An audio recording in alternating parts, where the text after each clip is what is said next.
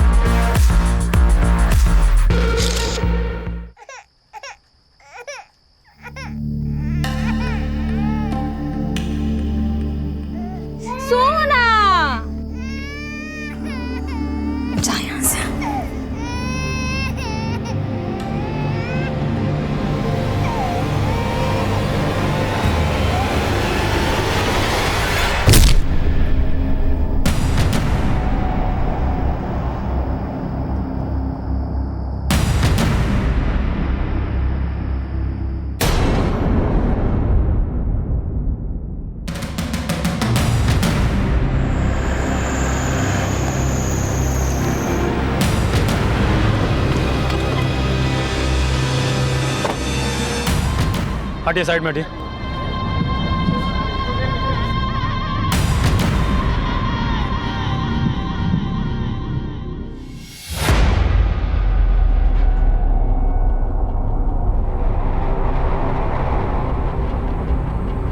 Body को सबसे पहले किसने देखा था?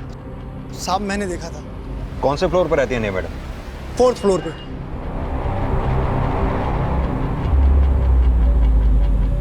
ये लाल कपड़ों में अमृता मैडम है ना, इनके साथ मैडम पीछे रहती थी। रात में इनके यहाँ पार्टी चल रही थी। साहब इन लोगों को पता ही नहीं था कि नेहा मैडम वहाँ बालकनी से नीचे गिर गई है।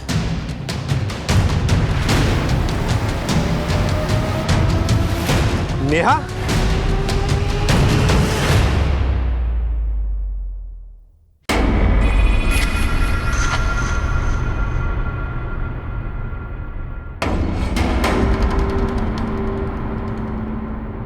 Sharma, yes sir. देखो इधर। यादव, तुम इधर देखो।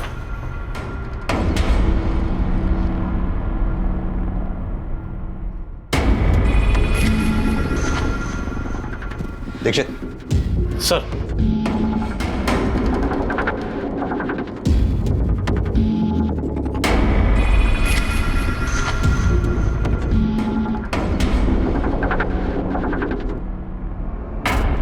सर, शायद ये फोन और ये लैपटॉप नेहा का ही है। सारे एविडेंसेस इकट्ठा कर लो। सर।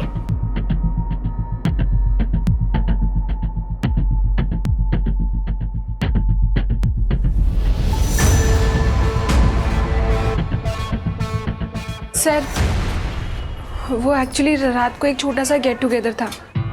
तो नेहा भी थी तुम लोगों के साथ इस पार्टी में? नहीं सर, वो हमारे साथ नहीं थी। वो तो पार्टी करना ही नहीं चाहती थी। वो तो कल रात से अपने कमरे में ही थी। नेहा कल रात से अपने कमरे में थी, तो फिर बालकनी से नीचे कैसे गिर गई? सर, हम सब लोग कल रात यहाँ हॉल में पार्टी कर रहे थे। हमें तो वॉचमैन ने आकर बताया कि नेहा बालकनी से। सर, मुझे तो लगता है कि शायद नेहा ने सुसाइड किया है। सुसाइड? सर, नेहा काफ़ी टाइम से डिप्रेशन में थी। कल मैंने उसे कहा पार्टी ज्वाइन करने के लिए, लेकिन उसने कुछ खास रिस्पॉन्ड नहीं किया। नेहा, तुझे पता है ना मैंने हाउस पार्टी रखी है। चल जल्दी से रेडी हो जा। सर, जब से नेहा का जॉब छूटा था तब से वो गुमसुम रहने लगी थी। ये नेहा जॉब कहाँ करती थी? Sir, Neha AP news channel में रिपोर्टर थी, लेकिन कुछ टाइम पहले उसका जॉब छूट गया था। एपी न्यूज की एक्स रिपोर्टर नेहा बिष्ट की रहस्यमयी ढंग से मौत हो गई है और शायद माना जा रहा है नेहा ने अपने ऊपर लगे आरोप से हताश होकर आत्महत्या कर ली। ये न्यूज़ रिपोर्टर्स को आपने बुलाया? नहीं सर, विकी ने इन्फॉर्म किया था। ये भी एक जर्नलिस्ट है। सर, मैं और नेहा बैचमेट थे। हम दोनों ने मास मीडिया का कोर्स साथ में ही किया था। आप लोगों के साथ कल रात कोई और भी था यहाँ पार्टी में? जी सर, कल रात 3 बजे तक अभी यहीं था, फिर वो चला गया था। अभय कौन? सर नेहा का बॉयफ्रेंड। मैंने उसे इन्फॉर्म कर दिया है, वो अभी आता ही होगा। नेहा की फैमिली या किसी रिश्तेदार को इन्फॉर्म किया आप लोगों ने? नहीं सर, एक्चुअली मुझे उनके बारे में कुछ ज़्यादा पता नहीं है। बस इतना जानती हूँ कि नेहा का नेटिव प्लेस रोहतक है। शायद अभय को उनके बारे में कुछ पता होगा। डॉक्टर, सुबह बेड से गिर गई थी। मैंने दवाई लगाई लेकिन खून बंद नहीं हो रहा है। सर अमृता कह रही है कि नेहा ने सुसाइड किया है, लेकिन नेहा के रूम से तो कोई सुसाइड नोट मिला ही नहीं। सर, इस फ्लैट के ओनर मिस्टर बग्गा से मेरी बात हुई। उन्होंने बताया कि अमृता के इस फ्लैट से रोजाना शोर शराबे की काफ़ी आवाज़ें आती थी और अमृता का अक्सर नेहा से भी झगड़ा होता रहता था। सोसाइटी में अमृता के नाम से काफ़ी कंप्लेंट्स हैं। नहीं सर, मेरा ऐसा कोई बड़ा झगड़ा नहीं था नेहा के साथ। हम दोनों रूममेट से तो कभी कभी छोटी मोटी अनबन हो जाया करती थी। कुछ छिपा तो नहीं रही ना आप हमसे? नहीं सर, ऐसा कुछ भी नहीं है। अमृता जी, आपका ये फ्लैट हमें फॉरेंसिक टीम को हैंड ओवर करना होगा। तब तक ये फ्लैट सील रहेगा। आप अपने रहने का इंतज़ाम कहीं कर लीजिए और जहाँ भी आप जाएं हमें बता के जाइएगा और अपना फ़ोन ऑन रखिएगा। जब तक ये साबित नहीं हो जाता कि नेहा ने सुसाइड किया है, आप और आपके दोस्त हमें बताए बिना ये शहर छोड़कर कहीं नहीं जाएंगे।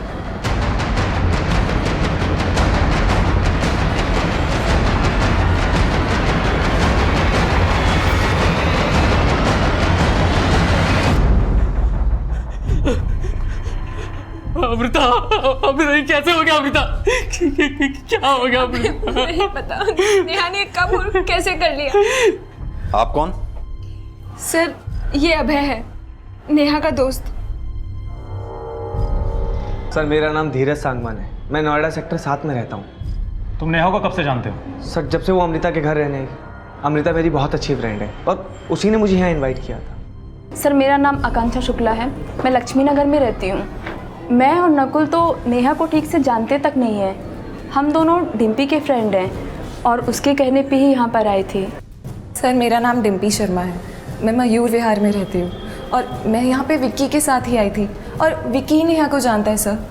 सर वो एक्चुअली नेहा को उसके बॉस ने जॉब से निकाल दिया था क्योंकि गाजियाबाद के एक मैटरनिटी क्लिनिक के डॉक्टर गोयल ने नेहा पर ब्लैकमेलिंग का केस किया था।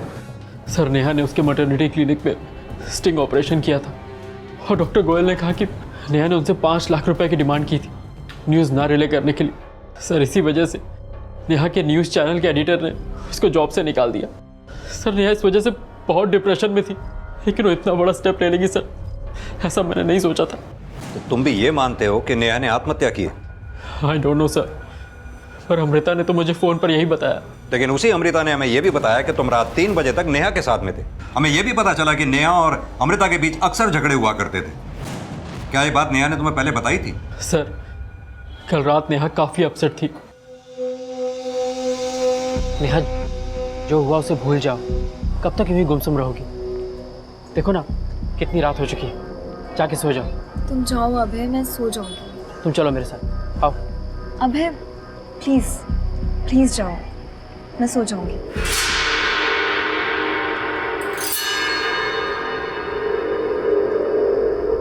जब तुम यहां से गए तो नेहा बालकनी में ही थी? जी सर, पर वो अमृता की वजह से नहीं, अपनी जॉब को लेकर अपसेट थी। नेहा को कब से जानते हो? सर करीबन 4 साल से हम दोनों रिलेशन में थे।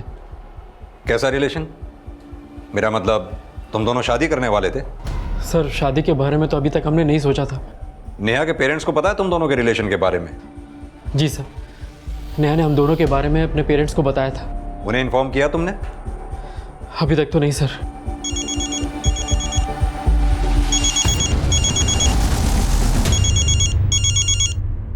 हेलो, आप नेहा के फादर बोल रहे हैं? हाँ बोल रहा हूँ। आप कौन? मैं सब इंस्पेक्टर वरुण दीक्षित बोल रहा हूँ।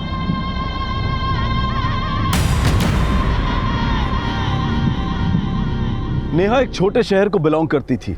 अपने माता पिता से दूर कामयाबी के सपने संजोए दिल्ली एनसीआर में एक लोकल न्यूज चैनल में एक क्राइम रिपोर्टर थी। लेकिन अपने प्रोफेशनल करियर की छोटी सी अवधि में उसने काफी नाम कमाया था, लेकिन वो बहुत जल्दी बदनाम भी हो गई। क्राइम रिपोर्टर नेहा बिष्ट पर पहले से ही ब्लैकमेलिंग का एक केस चल रहा था और वो केस बहुत जल्द इस इन्वेस्टिगेशन का एक हिस्सा बनने वाला था, क्योंकि शुरुआती जांच में यह सामने आ रहा था कि नेहा ने अपने ऊपर लगे ब्लैकमेलिंग के केस से डिप्रेस होकर आत्महत्या कर ली थी। लेकिन नेहा का किसी भी तरह का सुसाइड नोट पुलिस को नहीं मिला जो इस बात को पुख्ता कर दे। सर, जिस बिल्डिंग में नेहा की मौत हुई थी उस रात की सीसीटीवी फुटेज, यह आज तक करीब 4:45 बजे हुआ था। और यहां देखिए सर, 3:15 बजे नेहा के बॉयफ्रेंड अभय को बिल्डिंग कंपाउंड से बाहर जाते हुए देखा गया था। सर मैं टेक्निकल एक्सपर्ट से नेहा का मोबाइल ऑन करवाया तो मालूम चला कि उसके मोबाइल से सारे मैसेजेस और कॉल हिस्ट्री डिलीटेड है। सर, अगर नेहा को सुसाइड ही करना था तो अपने मैसेजेस और कॉल हिस्ट्री डिलीट क्यों करती? नेहा ने सुसाइड किया ये तो सभी बोल रहे हैं, लेकिन नेहा के साथ जब ये हादसा हुआ तो नेहा की फ्रेंड अमृता और उसके बाकी दोस्त पार्टी मना रहे थे। नेहा के साथ जॉब का इशू था ये तो पता करो ही, साथ में अमृता और बाकी फ्रेंड्स सभी को इन्वेस्टिगेट करो, शायद इस केस में कोई लीड मिले। सर बाहर नेहा के पेरेंट्स आए। सर माना कि नेहा परेशान थी क्योंकि उस पर झूठे एलिगेशन लगाए गए थे, पर वो अपने आप को जल्दी इनोसेंट साबित करने को भी कहती थी। सर वो बहुत स्ट्रांग लड़की थी, सुसाइड तो कभी भी नहीं कर सकती। आपकी आखिरी बार नेहा से कब बात हुई थी? सर 3-4 दिन पहले ही हमारी नेहा से बात हुई थी। हम तो उसे सब कुछ छोड़कर वापस रोहतक आने के लिए कह रहे थे, पर उसने मना कर दिया। पापा अगर मैं बिना कुछ किए पलट गई तो दुनिया तो यही समझेगी ना कि मैं गलत थी। मैं जानता हूँ कि तू कभी कोई गलत काम कर ही नहीं सकती, पर बेटा ये सब हुआ कैसे? पापा उस डॉक्टर ने मुझ पर गलत एलिगेशंस लगाए हैं, पर मैंने कभी नहीं सोचा था कि हमारे एडिटर भी मेरे साथ विश्वासघात करेंगे। नेहा को नर्सिंग होम के डॉक्टर आकाश गोयल और नेहा के बॉस राघव सिंह दोनों ने मिलकर कॉन्स्पिरेसी का शिकार बनाया है। सर डॉक्टर से पैसा लिया राघव सिंह ने और फंसा मेरी बेटी को दिया। एपी न्यूज की एक्स रिपोर्टर नेहा बिष्ट की रहस्यमय ढंग से मौत हो गई है और शायद माना जा रहा है कि नेहा ने अपने ऊपर लगे आरोप से हताश होकर आत्महत्या कर ली है। सर, गाजियाबाद के गोयल मैटरनिटी क्लिनिक के डॉक्टर आकाश गोयल ने 4 मार्च को नेहा पे ब्लैकमेलिंग का केस फाइल किया था। उसने नेहा पे एलिगेशन लगाया था कि नेहा ने उसके क्लिनिक में फेक स्टिंग ऑपरेशन किया, जिसके बेस पे नेहा ने उससे 5 लाख रुपए मांगे और सर उसने धमकी भी दी थी कि अगर उसने नेहा को पैसे नहीं दिए तो नेहा उस फुटेज को रिले करवा देगी। और सर ये भी पता चला है कि नेहा जिस न्यूज़ चैनल के लिए काम करती थी वो न्यूज़ चैनल वाले नेहा की मौत को सुसाइड बता के रिले कर रहे हैं। उनका कहना है कि नेहा खुद को कभी सही साबित नहीं कर पाई, इसलिए फ्रस्ट्रेशन में आके उसने सुसाइड कर लिया। ये न्यूज़ चैनल वाले किसी भी केस की कोई भी कहानी बनाकर दिखा देते हैं। ये नेहा बिष्ट के बॉस राघव सिंह से जाके मिलो, देखो क्या कहता है। Sir,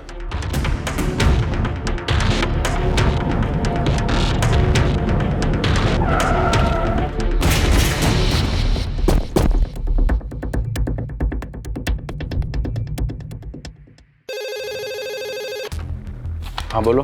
sir, PSI Varun Dixit आपसे मिलने आए हैं। हाँ सर, नेहा हमारे न्यूज़ चैनल में ही काम करती थी, लेकिन मैंने सोचा नहीं था वो इस हद तक गिर जाएगी। कहानियां तो हमने भी काफ़ी सुनी उस केस को लेकर, लेकिन आप क्या सोचते हैं, क्या डॉक्टर गोयल का एलिगेशन सही था? सही होगा, क्योंकि नेहा के पास कोई फुटेज नहीं थी जिससे ये साबित हो सके कि वो अपने क्लिनिक में सेक्स डिटर्मिनेशन टेस्ट करते हैं। और मैंने नेहा को जॉब से निकाल दिया तो उसने दूसरे न्यूज़ चैनल पे जाके मेरे खिलाफ बोलना शुरू कर दिया। मैंने डॉक्टर अशोक गोयल का स्टिंग ऑपरेशन किया था और मुझे पता चला कि उनके हॉस्पिटल में इलीगल सेक्स डिटर्मिनेशन टेस्ट होता है। मैं चाहती थी कि वो लोग सब एक्सपोज हो जाएं, लेकिन मेरे चैनल के एडिटर राघव सिंह ने ये स्टिंग ऑपरेशन रिले ही नहीं किया क्योंकि उस गोयल ने उनको पैसे खिला रखे थे और ये राघव के कहने पर ही उन्होंने मुझ पर ब्लैकमेल का झूठा एलिगेशन लगाया है। सर नेहा टेंशन सीकर थी, ये सब करके वो चीप पब्लिसिटी पाना चाहती थी। मुझे गलत साबित करने के लिए बहुत हाथ पैर मार रही थी, लेकिन कुछ कर नहीं पाई और इसी फ्रस्ट्रेशन में उसने सुसाइड कर लिया। नेहा के मरने के बाद भी उसके करियर पर लगा दाग ज्यों का त्यों रहा, लेकिन नेहा ने सुसाइड किया था या ये अबेटमेंट ऑफ सुसाइड था या फिर मर्डर, ये अभी साफ होना बाकी था। और नेहा की पोस्टमार्टम रिपोर्ट भी इन सभी संभावनाओं की तरफ इशारा कर रही थी। सर नेहा की पोस्टमार्टम रिपोर्ट। सर नेहा की मौत हाइट से गिरने की वजह से हुई है, लेकिन सर नेहा की बॉडी पर कई जख्म भी थे और ये जख्म उसकी मौत से पहले के हैं। सर शायद नेहा को कोई फिजिकली असॉल्ट करता था। Physically assault? जी सर। सर हो सकता है कि नेहा का जो बॉयफ्रेंड है अभय, वो उसे फिजिकली असॉल्ट करता हो, क्योंकि उन दोनों का 4 साल से रिलेशन था और जिस रात को नेहा की मौत हुई थी उस रात भी अभय नेहा के साथ था। लेकिन अभय के बारे में नेहा के पेरेंट्स ने कोई गलत बात तो बोली नहीं थी। नेहा अक्सर हम लोगों से अभय के बारे में बात करती थी, अभय नेहा का काफ़ी अच्छा दोस्त था। सर मैंने अमृता और अभय के कॉल रिकॉर्ड चेक किए तो मालूम चला है कि इन दोनों की काफ़ी बातें होती थी। दीक्षित कहीं ऐसा तो नहीं ये अभय अमृता और नेहा दोनों के साथ ही? हो सकता है सर, लेकिन सर मैंने नेहा के कॉल रिकॉर्ड्स भी चेक किए थे तो मालूम चला है कि नेहा ने आखिरी बार कॉल भरत शर्मा को किया था उसकी मौत से आधे घंटे पहले। ये भरत शर्मा कौन है? सर ये भरत शर्मा वही है जिसने नेहा का इंटरव्यू लिया था, जिसमें नेहा ने डॉक्टर गोयल और राघव पर एलिगेशन लगाए थे। सर नेहा की जिस दिन बॉडी हमें मिली थी उस दिन भी वो क्राइम सीन पर रिपोर्टिंग कर रहा था। ये अभय, अमृता और भरत तीनों को थाने बुलाओ। सर ये वही बिल्डिंग है जिसके चौथे फ्लोर पर नेहा रहती थी। फिलहाल पुलिस ने इस फ्लैट को सील कर दिया है और ये पता लगाने की कोशिश कर रही है बाकी नेहा की मौत आत्महत्या है या नेहा फिर से डॉक्टर गोयल और एपी न्यूज के एडिटर राघव सिंह की साजिश का शिकार हुई। सर मैं नेहा को बहुत पहले से जानता था। अक्सर हमारी मुलाकात रिपोर्टिंग के वक्त होती थी, बल्कि वो मेरी अच्छी दोस्त भी थी। जब हमें नेहा की डेड बॉडी मिली थी हमें पता चला उस दिन सुबह 4:15 बजे नेहा ने तुम्हें कॉल किया था। जान सकता हूँ तुम्हारी क्या बात हुई थी नेहा से? एक्चुअली सर नेहा और अभय के बीच अनबन चल रही थी। मैं, अभय और नेहा कॉन्फ्रेंस कॉलिंग पर थे। सर मैं अभय को समझा रहा था वो नेहा को थोड़ा स्पेस दे। कैसा स्पेस? सर नेहा कुछ दिनों से उस केस को लेकर अपसेट थी, इसलिए उनके रिलेशन पर असर पड़ रहा था। हमें पता चला है अभय और अमृता के बीच काफ़ी फ़ोन कॉल हुआ करते थे, तो क्या अभय और नेहा के झगड़े की वजह यही तो नहीं थी? सर इसके बारे में तो मैं आपको कुछ नहीं बता सकता, बल्कि अभय खुद नेहा पर शक करता था कहीं उसका किसी और के साथ अफेयर तो नहीं। किसी के साथ अफेयर है? कौन है वो? ऐसा कुछ नहीं है, वो सिर्फ शक करता था। सिर्फ शक ही करता था या उस पर हाथ भी उठाता था? सर वो उसके लिए थोड़ा पॉजिटिव था, इसलिए शायद उस पर हाथ भी उठाता होगा। तुम्हें क्या लगता है नेहा ने आत्महत्या अभय से तंग आके की या उस केस की वजह से? सर नेहा को मैं जितना जानता हूँ उससे तो लगता है नेहा कभी सुसाइड नहीं कर सकती। अगर नेहा सुसाइड नहीं कर सकती तो फिर उसका मर्डर करेगा कौन? डॉक्टर देखिए ना इसे कितना जल गया। आए दिन इस बच्चे को चोट लगती रहती है। 3 दिन पहले इसका सर फट गया था और आज ये जल गया। प्लीज ध्यान रखिए, बहुत छोटा बच्चा है। सर अभय सिर्फ मेरा दोस्त है, मेरा कोई अफेयर नहीं था उसके साथ। लेकिन अभय तो नेहा से ज्यादा तुमको कॉल करता था। एक्चुअली सर अभय को नेहा पे शक था, उसे लगता था कि नेहा का किसी के साथ अफेयर चल रहा है, इसीलिए वो मुझे नेहा पे नजर रखने के लिए कहता था। नजर रखने के लिए कहता था या तुम दोनों मिलकर नेहा को रास्ते से हटाने का प्लान बना रहे थे? नहीं सर ऐसा कुछ नहीं है, पर यह बात सच है कि मुझे नेहा पर शक था कि उसका किसी लड़के से अफेयर था। किससे अफेयर था उसका? ये मुझे नहीं पता सर, पर मैंने उसे कई बार किसी लड़के के साथ देखा था। सर मैं उस लड़के का चेहरा तो नहीं देख पाया, पर मैंने नेहा की बॉडी पर कई बार लव बाइट्स देखे थे। और इसीलिए तुम नेहा को मारा करते थे। नेहा की पोस्टमार्टम रिपोर्ट से हमने पता किया तुम उसे न सिर्फ मारा करते थे बल्कि उसे फिजिकली असॉल्ट भी किया करते थे। सर मैं नेहा से प्यार करता था, मैं क्यों उस पर हाथ उठाऊंगा? तो पुलिस के शरीर पर घाव के निशान आए कहां से? सर हो सकता है उसके उस बॉयफ्रेंड ने उसको मारा हो। चालाक बन रहा है। उस रात भी तेरा नेहा के साथ झगड़ा हुआ था या नहीं? सर मैं मानता हूं कि मेरा नेहा से झगड़ा हुआ करता था, पर मैंने कभी नेहा पर हाथ नहीं उठाया। सर अभय चाहे जो बोले, लेकिन मैं जानती हूँ वो जब भी आता था नेहा को मार कर ही जाता था। और तुम फिर भी अभय के कहने पर नेहा की जासूसी करती थी। लेकिन सर मैंने अभय को बोल दिया था कि मुझे नहीं लगता कि नेहा का किसी और के साथ अफेयर चल रहा था। इनफैक्ट नेहा तो अभय से प्यार करती थी, लेकिन अभय जब भी घर आता था उसे पीट कर ही जाता था।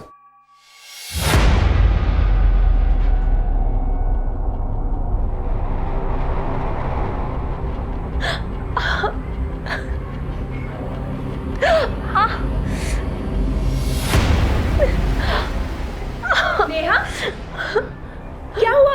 अमृता क्या हुआ बता? अमृता अभय ने मुझे बहुत मारा। सर नेहा एक नंबर की झूठी थी। अमृता क्या वो सबसे यही झूठ बोलती थी कि मैं उसको मारता रहता हूँ, जबकि सर सच ये है कि मैंने उस पर आज तक हाथ नहीं उठाया। लेकिन लाश तो नेहा की ही मिली ना? लेकिन सर जब ये हादसा हुआ मैं तो वहाँ था ही नहीं। सर मैं आपको उस दिन अभय के बारे में बताना चाहती थी, और मुझे तो ये भी लग रहा था कि शायद नेहा ने अभय से तंग आकर सुसाइड कर ली। अगर नेहा ने सुसाइड किया है तो नेहा के फोन से मैसेजेस और कॉल हिस्ट्री किसने डिलीट की? सर नेहा अपने मैसेजेस और कॉल हिस्ट्री डिलीट कर दिया करती थी ताकि मुझे पता ना चल सके वो किससे बात करती थी। हमने नेहा के कॉल रिकॉर्ड स्टडी किए, पता चला कि नेहा भरत शर्मा और विकी के अलावा और किसी से बातें नहीं करती थी, और तू किसी तीसरे की ही बातें कर रहा है। सर भरत पर तो नहीं, पर विक्की पर मुझे शक था। सर नेहा को उस दिन जिस लड़के के साथ मैंने देखा वो विक्की था या कोई और मुझे नहीं पता, पर उस रात पार्टी में विक्की था। सर अभय सिर्फ शक करता था, लेकिन कभी प्रूव नहीं कर पाया कि मेरा नेहा के साथ कोई अफेयर है। नेहा को मैं बहुत अच्छे से जानता हूँ, उसका किसी के साथ भी कोई अफेयर नहीं था। अबे बेवजह उस पर शक करता था और उसको मारता भी था सर। उस रात भी अभय ने नेहा को मारा था? उस रात का तो मुझे कोई भी आइडिया नहीं। हम सब लोग बाहर पार्टी कर रहे थे और नेहा और अभय पूरा टाइम रूम में थे। नेहा जब बालकनी से गिरी तो अभय वहां से जा चुका था, पर तुम वहीं थे। सर मेरे साथ तो मेरे दोस्त भी थे वहाँ पे, लेकिन उस रात नेहा अमृता के कहने पे बाहर आई। हम सबके कहने पे उसने एक सेल्फी ली और सबको साफ साफ बोला कि कोई भी उसे डिस्टर्ब ना करे। तो हम में से कोई भी उसके पास गया ही नहीं सर। इसीलिए तुम्हें और तुम्हारे फ्रेंड्स को लगता है कि नेहा ने सुसाइड किया? सर नेहा अभय की वजह से भी डिप्रेस थी, अपनी जॉब छूटने की वजह से भी डिप्रेस थी। अब हो सकता है कि इन सब चीज़ों से परेशान होकर उसने सुसाइड किया हो। सर आप लोगों ने मुझे कब से यहाँ बिठा के रखा है? मैंने कहा तो मैंने नेहा पे हाथ नहीं उठाया। लेकिन सब तो यही बोल रहे हैं कि तू नेहा को मारा करता था। सर जो लोग आपसे ऐसा बोल रहे हैं, एक बार उनसे जाके पूछिए, क्या किसी ने भी मुझे नेहा को मारते हुए देखा था? एक बात बता, अगर तुझे नेहा पे शक था तो तूने उसे छोड़ा क्यों नहीं? सर मैं नेहा से प्यार करता था, पर वो मेरे बारे में अपने दोस्तों से झूठ बोलती थी उनकी सिंपैथी पाने के लिए। सर वो सिर्फ मेरे इमोशंस के साथ खेल रही थी ताकि मैं उसकी फाइनेंशियल हेल्प करता रहूं। सर आप ही बताइए, अगर उसे मुझसे इतनी ही प्रॉब्लम होती तो वो 4 साल तक मेरे साथ रिलेशन कंटिन्यू क्यों करती? सर नेहा का जो कैरेक्टर अभय प्रोजेक्ट करने की कोशिश कर रहा है, उसे लगता तो नहीं है कि नेहा सुसाइड करेगी। लेकिन अभय सच बोल रहा है, इस बात की क्या गारंटी है? लेकिन सर ये बात तो साफ है कि नेहा पर ब्लैकमेलिंग का केस चल रहा था, और अगर हम ये मान लें कि अभय ने हमें जो बताया वो सच है, तो अभय के पास में नेहा को मारने का मोटिव है। अगर ये मर्डर है तो उस घटना से पहले अभय तो वहां से 1.5 घंटा पहले जा चुका था। सर ऐसा भी तो हो सकता है कि पार्टी में जितने लोग मौजूद थे, अभय ने उनमें से किसी को पैसा देकर ये काम करवाया हो। लेकिन अमृता और विकी दोनों ने ही अभय के खिलाफ बोला था। सर अभय चाहे जो बोले, लेकिन मैं जानती हूँ वो जब भी आता था नेहा को मार कर ही जाता था। अबे बेवजह उस पर शक करता था और उसको मारता भी था सर। बाकी बचे धीरज, आकांक्षा, डिम्पी और नकुल। दीक्षित अगर ये मर्डर है तो इसका कनेक्शन उन सभी लोगों से है जो उस रात उस पार्टी में मौजूद थे। सभी को अच्छी तरह से इन्वेस्टिगेट करो। Okay sir. क्या नेहा का वाकई में मर्डर हुआ था? ये समझने के लिए पुलिस अब नेहा का चरित्र समझने की कोशिश कर रही थी। पार्टी में मौजूद सभी लोगों को फिर से खंगाला जा रहा था।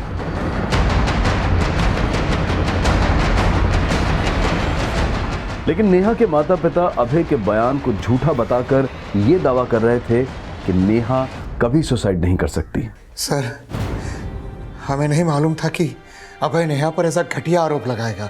लेकिन क्या नेहा ने आपको कभी बताया था कि उसे फिजिकली असॉल्ट किया जा रहा था? नहीं सर, उसने हमसे कभी कुछ नहीं बताया। वो अपनी तकलीफ कभी हमसे शेयर नहीं करती थी। यह भी तो हो सकता है कि नेहा को अभय असॉल्ट ना करता हो, कोई और करता हो। आपको क्या लगता है, क्या नेहा की लाइफ में अभय के अलावा कोई और भी था?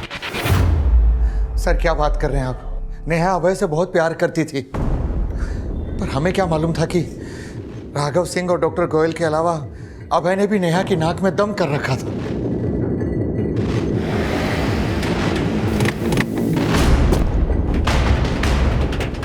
अरे सर, नाक में दम कर दिया था उसने। पहले हमने प्यार से समझाया कि बेवजह हमें परेशान ना करे, लेकिन वो तो हमें ब्लैकमेल करने लगी।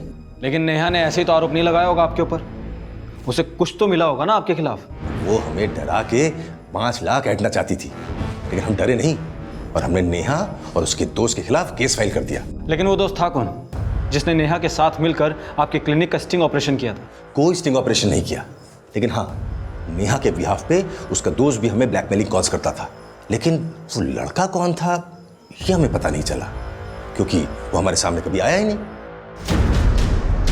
सर गाजियाबाद पुलिस ने बताया था कि नेहा ने एक लड़के के साथ मिलकर डॉक्टर गोयल को ब्लैकमेल किया था। वो लड़का कौन था अब तक तो उसका कुछ पता नहीं चल पाया, और नेहा इन सबको डॉक्टर गोयल की मनगढ़ंत कहानी बताती थी। दीक्षित मान लो कि अगर वो लड़का है तो हो सकता है ये लड़का वही हो जिसे अभय ने नेहा के साथ देखा था। सर अगर वाकई में वो लड़का है तो नेहा के कॉल रिकॉर्ड्स में कोई क्लू क्यों नहीं मिला? हो सकता है नेहा का कोई दूसरा नंबर भी हो। ये नेहा से जुड़ी हर इन्फॉर्मेशन को निकालो। नेहा ने जिन जिन केसेस की रिपोर्टिंग की है उस केस से जुड़े सभी लोगों से मिलो, हो सकता है कोई क्लू मिले। सर इस केस में अब उस एंगल को भी इन्वेस्टिगेट किया जा रहा था जिसमें ऐसा अनुमान लगाया जा रहा था कि शायद नेहा का अभय के अलावा किसी और से भी अफेयर था। लेकिन क्या उस लड़के का वाकई कोई अस्तित्व था जिसे नेहा का अज्ञात बॉयफ्रेंड समझा जा रहा था? सर जब मैं ये मान ही नहीं सकता कि नेहा ने उस डॉक्टर को ब्लैकमेल किया होगा, तो मैं ये कैसे मान सकता हूँ कि नेहा के ब्याह पर किसी लड़के ने उस डॉक्टर को कॉल किया होगा? कहीं ऐसा तो नहीं वो तुम ही थे वो प्लानिंग भी तुम दोनों ने मिलकर ही की थी। नहीं सर, तब नेहा राघव सिंह के न्यूज़ चैनल के लिए काम करती थी और ऐसे बड़े काम सीक्रेट होते हैं। सर मुझे नेहा ने कभी स्टिंग के बारे में नहीं बताया था। सर नेहा बहुत ही अच्छी लड़की थी। वो पैसों के लिए नहीं बल्कि सच्चाई के लिए काम करती थी और उसने मेरे हक की लड़ाई भी लड़ी। और यही नहीं, उसने मुझे मेरे ससुराल वालों से मेरा हक भी दिलवाया। सर मुझे मेरे पति की वजह से एड्स हुआ और उसने मुझ पर ही झूठा आरोप लगाकर मुझे घर से बाहर निकाल दिया, लेकिन इन सब में नेहा ही आगे आई मुझे इंसाफ दिलवाने के लिए। मुझे पूरा विश्वास है नेहा सच्चाई के लिए लड़ रही थी। नेहा राघव सिंह के षड्यंत्र का शिकार हुई थी। सर नेहा कभी हार नहीं मान सकती थी और वो बिना लड़े अपनी जिंदगी से कभी अलविदा नहीं कह सकती है। 25 वर्षीय नेहा बिष्ट ने आत्महत्या की या उसे किसी ने उकसाया, ये अब तक साफ नहीं हो पाया है, पर ये भी माना जा रहा है कि ये एक मर्डर हो सकता है। पुलिस इस केस में अब भी नेहा के बॉयफ्रेंड अभय त्यागी को सस्पेक्ट मान रही है। चुप कर! सारा दिन रो रो के पागल कर दिया मुझे। खून भी नहीं है क्या मेरा? नौकरानी समझ के रखा है। अभय के अलावा नेहा के वो दोस्त भी सस्पेक्ट लिस्ट में है जो नेहा की संदिग्ध मौत के वक्त उसके साथ मौजूद थे।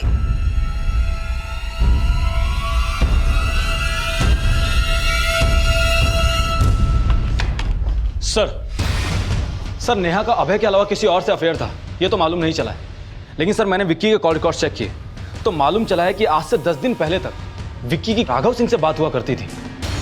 दीक्षित, कहीं ऐसा तो नहीं कि राघव ने ही विक्की को नेहा को मरवाने के लिए हायर किया हो, क्योंकि राघव सिंह को यह डर था कि कहीं नेहा उसे एक्सपोज ना कर दे। सर मैं मानता हूं मैं राघव को फोन करता था, लेकिन मैंने राघव के कहने पे नेहा को नहीं मारा सर। तो फिर राघव को फोन क्यों करता था? सर मैं राघव को ही नहीं बल्कि उसके चैनल में बाकी रिपोर्टर से भी बात करता था फोन पे सर, क्योंकि मैं राघव के चैनल में जॉब करना चाहता था। क्यों? तुझे राघव नेहा से भी ज्यादा सच्चा लगता था? सर ऐसा कुछ भी नहीं है, बल्कि मेरा राघव के चैनल में जॉब करने का आइडिया नेहा का ही था। वो चाहती थी कि मैं वहाँ जॉब करके राघव और उन डॉक्टर के खिलाफ एविडेंस कलेक्ट करूं। ऐसा भी तो हो सकता है तो राघव को नेहा की अपडेट देता हो और राघव के कहने पे ही तूने नेहा को। ऐसा कुछ भी नहीं है sir, please trust me sir. Abhay और अमृता के बाद अब विकी और राघव सिंह भी नेहा की संदिग्ध हत्या में प्राइम सस्पेक्ट थे, पर फिलहाल किसी के भी खिलाफ कोई ठोस सबूत नहीं मिल पाया था। और उनके साथ साथ पार्टी में मौजूद डिम्पी, धीरज, नकुल और आकांक्षा भी पुलिस की रडार पर थे।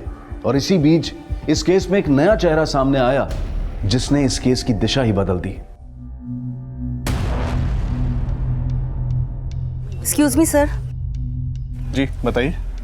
सर मुझे सीनियर इंस्पेक्टर से मिलना है। कहिए, क्या बात करना चाहती हैं आप? सर नेहा 2014 में हमारे मोहल्ले में किराए पे रहा करती थी। जब उसकी मौत की खबर मैंने टीवी पे देखी तो मुझे बहुत धक्का लगा। सर मैं नेहा के बॉयफ्रेंड अभय के बारे में आपको कुछ बताना चाहती हूँ। बोलिए। सर नेहा अपने बॉयफ्रेंड अभय से काफी तंग आ चुकी थी और 2014 में जब वो मेरे यहाँ रहती थी तो वो प्रेग्नेंट भी हुई थी। नेहा, नेहा, मैंने पनीर की सब्जी बनाई थी, तेरे लिए लेकर आई हूँ। क्या हुआ बेटा? कुछ नहीं मासी, बस ऐसे ही। सर नेहा मेरा बहुत आदर करती थी, अपना दुख दर्द सब मुझसे बांटती थी। तभी उसने मुझसे कहा था कि अभय उससे शादी करने के बजाय उसका फिर से अबॉर्शन करवाना चाहता है। फिर से मतलब? सर अभय पहले भी उसका अबॉर्शन करवा चुका था और इसी वजह से नेहा इधर उधर कई घर बदल चुकी थी। और 2014 में जब वो प्रेग्नेंट हुई थी तो इस बार वो बच्चा गिराना नहीं चाहती थी। बेटा तू घबरा मत, तू ये बात अपने पेरेंट्स को क्यों नहीं बताती? नहीं मासी, लोग बहुत परेशान हो जाएंगे। लेकिन अभय तुझसे शादी ही नहीं करना चाहता तो तू इस बच्चे को कैसे रखेगी? नहीं मासी, अभय मुझसे शादी करे या ना करे, मैं इस बच्चे को जन्म जरूर दूंगी। और फिर सर कुछ दिनों के बाद नेहा बिना अभय को बताए चंडीगढ़ शिफ्ट हो गई। उसके जाने के बाद अभय यहाँ आता था उसके बारे में पूछने के लिए, पर नेहा ने मुझे कुछ भी बताने के लिए मना किया था। नेहा चंडीगढ़ में किसके पास गई थी? सर ये तो उसने कभी नहीं बताया, लेकिन हाँ उसका फोन आया करता था। वहाँ चंडीगढ़ में उसने एक बेटी को जन्म दिया था। बेटी को जन्म दिया था? जी सर। फिर अचानक ही उसने कांटेक्ट करना बंद कर दिया और अब अचानक उसकी मौत के बारे में पता चला। और ये भी पता चला कि वो अभय से अभी भी टच में थी, तो मुझे बहुत हैरानी हुई। कैसी हैरानी? सर नेहा ने ही मुझसे कहा था कि वो अभय से कोई रिलेशन नहीं रखना चाहती और ऐसा कभी सुनने में भी नहीं आया कि उसकी और नेहा की शादी हुई हो। नेहा ने अभय से शादी तो नहीं की। हाँ, अगर नेहा ने अभय के बच्चे को जन्म दिया था तो फिर वो बच्चा है कहाँ?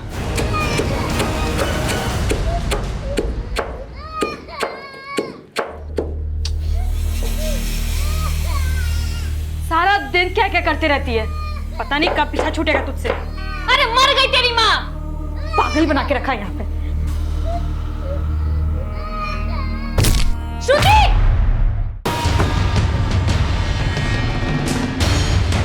हमें पता चला है कि 2014 में नेहा ने एक बच्ची को जन्म दिया था। क्या नेहा ने आप लोगों को बताया था इस बारे में? नेहा किसी बच्चे को जन्म कैसे दे सकती है? सर ये सरासर झूठ है। देखिए, नेहा जहाँ चंडीगढ़ में रह रही थी, वहाँ की एक लेडी के मुताबिक नेहा ने दिसंबर 2014 में एक बच्ची को जन्म दिया था। उस दौरान या उससे पहले क्या आप लोग मिले थे नेहा से? नहीं सर, जून 2014 में तो चंडीगढ़ एफएम में जॉब करती थी नेहा।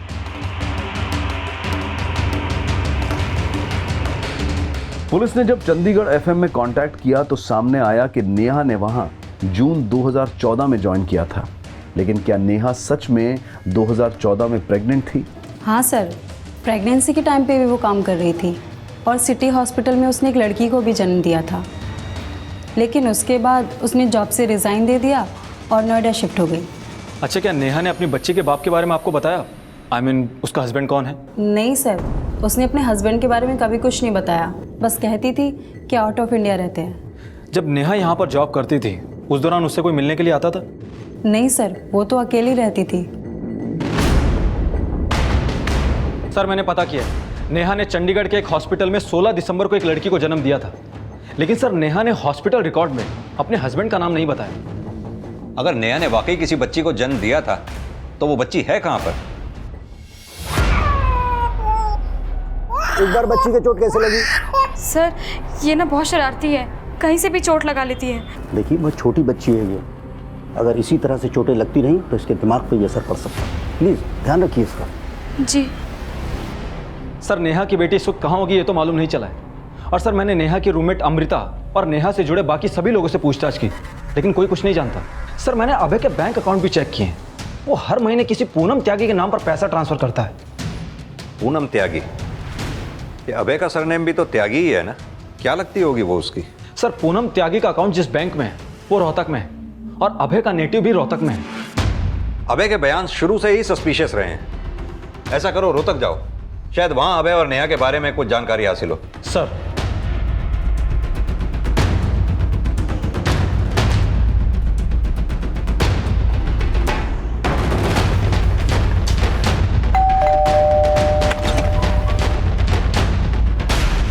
जी अभय त्यागी का घर यही है? जी हाँ, लेकिन वो नोएडा में रहते हैं। आप अभय त्यागी क्या लगती है? जी हम उनकी पत्नी हैं। आपका नाम? जी पूनम त्यागी। ये बच्ची किसकी है?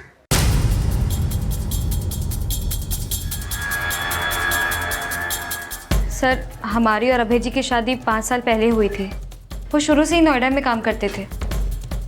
शादी के 1 साल बाद उनकी माँ का देहांत हो गया, लेकिन फिर भी वो हमें अपने साथ नहीं ले गए। महीने 2 महीने में वो आते हैं हमसे मिलने और फिर वापस चले जाते हैं। नाराज़ क्यों हो रही हो? इस बार आऊँगा तो ज़्यादा दिन रुकूंगा, ठीक है? अब हंस भी दो। हम माँ नहीं बन पा रहे थे। 8-9 महीने पहले अभय जी ने ये बच्ची हमें ला के दी और कहा कि उन्होंने इसे गोद लिया है। गोद लिया है? उन्होंने हमसे झूठ कहा था। अभी कुछ समय पहले ही हमें पता चला कि ये उनकी प्रेमिका नेहा बिष्ट की बेटी है। नेहा बिष्ट की? आपको नेहा के बारे में किसने बताया था? सर, अभी कुछ समय पहले यहाँ एक आदमी आया था। जी? आप अभय की पत्नी हैं? जी, उसने मुझे अभय जी और नेहा के संबंध के बारे में सब कुछ बताया। उसने ये कहा कि अभय जी ने नेहा की मर्जी के खिलाफ ये बच्ची मुझे लाकर दी है। नेहा यहाँ आएगी और अपनी बच्ची अपने साथ ले जाएगी। उसके जाने के बाद हमने अभय जी को फ़ोन भी किया था। अरे क्या बकवास कर रही हो तुम? मैं किसी नेहा व्या को नहीं जानता। लेकिन वो आदमी तो कह रहा था ये बच्चा आपका और नेहा का है। अरे भाड़ में क्या वो आदमी? तू मेरी बात का विश्वास करेगी या उस गैर मर्द का? वो सिर्फ यही कहते रहे कि ये सब झूठ है। तो क्या फिर नेहा यहाँ पर आई थी? नहीं सर, लेकिन थोड़े टाइम पहले हमें पता चला कि नेहा ने सुसाइड कर लिया नोएडा में। अच्छा, जिस आदमी ने नेहा की बच्ची के बारे में आकर आपको बताया था, वो आदमी कौन था? सर, उसने हमें अपने बारे में कुछ नहीं बताया।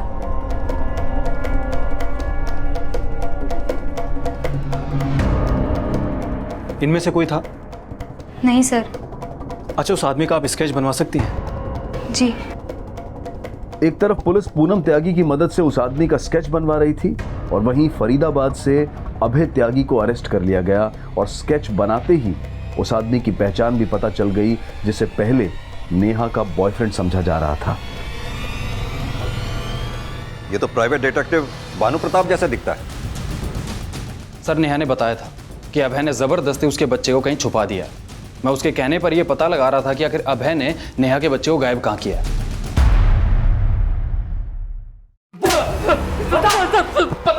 बोल, नेहा को तूने ही मारा है ना?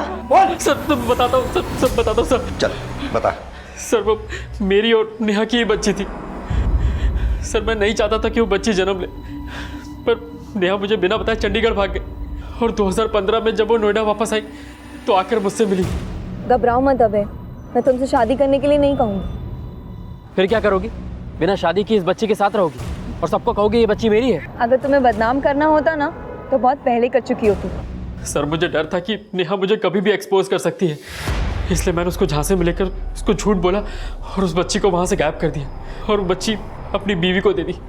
उसको बोला कि मैंने इसे अडॉप्ट किया है। सर, वो बच्ची नेहा की कमजोरी थी, इसलिए मैंने उसको धमका के उसके साथ रिलेशन कंटिन्यू किया। अगर तूने मुझे ना की ना तो मैं तेरे बच्चे को मार दूंगा।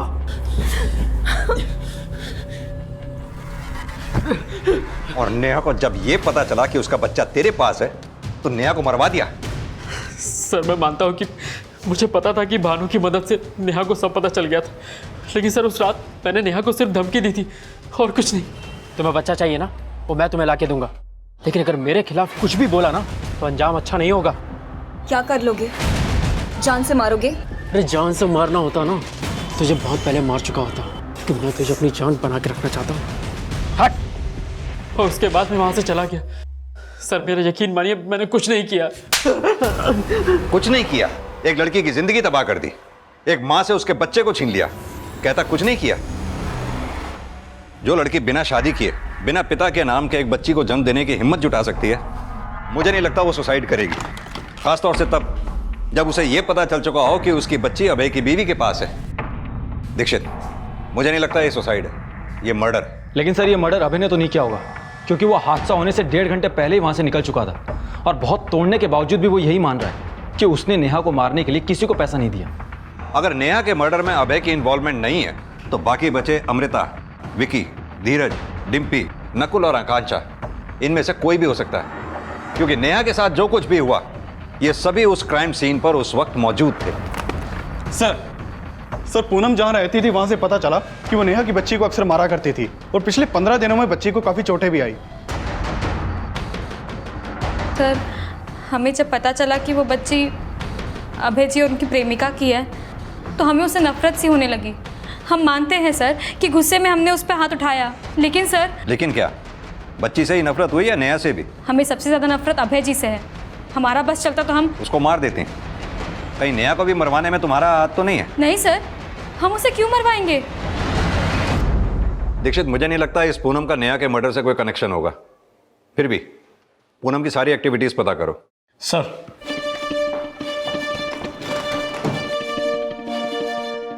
पूनम त्यागी, डॉक्टर गोयल और राघव सिंह का कनेक्शन अब क्राइम सीन पर मौजूद धीरज, अमृता, डिम्पी, आकांक्षा, नकुल और विकी से जोड़कर भी इन्वेस्टिगेट किया जा रहा था और इस केस को नए सिरे से नई दिशा देने की कोशिश की जा रही थी। और इसी दौरान क्राइम सीन की एक फोटो ने पुलिस का ध्यान अपनी ओर खींचा।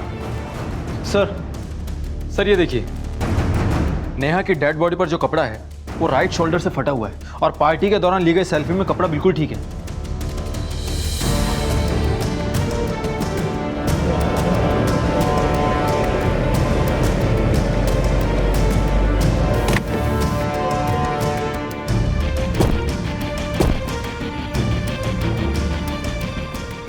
सर, ये रेलिंग तो बिल्कुल प्लेन है, इस पर ऐसी कोई भी नुकीली चीज नहीं है जिससे सुसाइड करते वक्त नेहा के कपड़े फट जाए। लेकिन सर, अभय का कहना था कि उस रात को अभय और नेहा के बीच में सिर्फ बहस हुई थी, हाथापाई नहीं। सर, उस रात मैंने नेहा को सिर्फ धमकी दी थी और कुछ नहीं। लेकिन दीक्षित, इतना तो तय है कि नेहा की किसी ना किसी के साथ जरूर झड़प हुई थी। सर, पूछताछ के दौरान पता चला था कि अमृता और नेहा के बीच में झगड़ा होता था और अमृता अभय के कहने पर नेहा की जासूसी कर रही थी। हो सकता है कि उस रात को भी अमृता और नेहा के बीच में झगड़ा हुआ हो, या फिर अभय के कहने पर अमृता ने नेहा को मारने की कोशिश की हो और वो उसमें कामयाब भी हो गई हो। सर, मैं मानती हूँ कि मेरा और नेहा का झगड़ा होता था, लेकिन सर मैं उसे क्यों मारूंगी? अभय तुम्हें नेहा के जासूसी करने के लिए पैसे दिया करता था, तो ये भी तो हो सकता है कि ये बात नेहा को पता चली हो और अभय के जाने के बाद तुमने नेहा को। नहीं सर, मैं मानती हूँ कि नेहा को पता चल गया था कि अभय मुझे पैसे देता था, लेकिन सर मैंने नेहा के साथ कुछ नहीं किया और मैं पूरे टाइम पार्टी में थी। अगर तुम पार्टी में थी तो कोई तो होगा जो अभय के जाने के बाद नेहा के कमरे में गया होगा। सर, सबके कहने पर अभय के जाने के बाद मैं उसके कमरे में गई जरूर थी, लेकिन वो बाहर आई और एक बार सेल्फी खिंचा के वो वापस अपने कमरे में चली गई। सर, नेहा के कमरे में जाने के बाद मैं अपने मोबाइल पर पार्टी का वीडियो रिकॉर्ड कर रही थी। आप चाहे तो वीडियो की टाइमिंग चेक कर सकते हैं।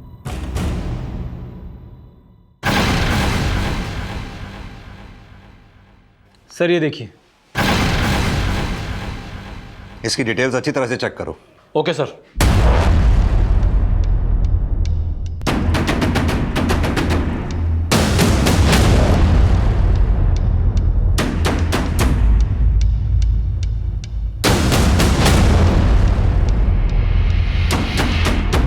सर, आप काम का मेरे ऊपर चेक कर रहे हैं। नेहा की बॉडी 4:45 बजे बालकनी से नीचे गिरी और हमें पता चला है कि तो 4:30 बजे से 4:45 बजे तक नेहा की पार्टी में नहीं था।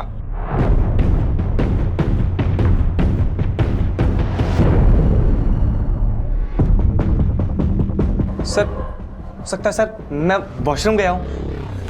तू कहां गया था, क्या किया, सब पता चल गया हमें। हमें यह भी पता चला है कि तूने फ्रेंड्सबुक पे फेक आईडी बना रखी थी जिस पे तू लगातार नेहा को फ्रेंडशिप रिक्वेस्ट भेज रहा था।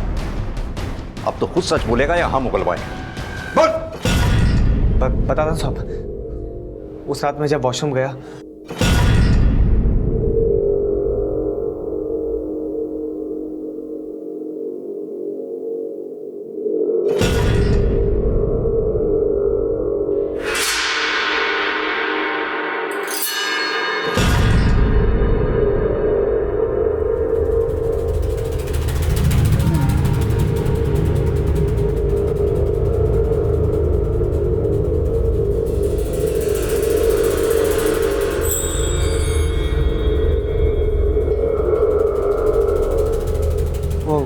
नेहा, वो तुम अभय को भूल क्यों नहीं जाती? धीरज, मुझे अकेला छोड़ दो प्लीज, जाओ यहाँ से। मैं तुम्हें छोड़कर कैसे जा सकता हूँ नेहा? मैं फिक्र करता हूँ तुम्हारी। धीरज, तुम होश में नहीं हो, जाओ यहाँ से। नेहा, मेरी बात सुन, मैं होश में हूँ Neha. I love you Neha.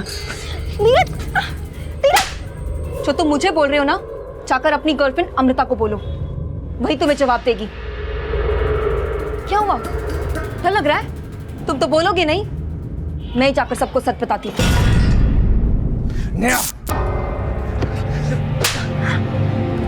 सबको बताओगी? हाँ, सबको बताओगी? नहीं, असली सबके सामने आ जाएगी। मैं सच्चाई बताऊंगी। छोड़ो मुझे, छोड़ो। तुम बचोगे तब बताओगी ना सच्चाई।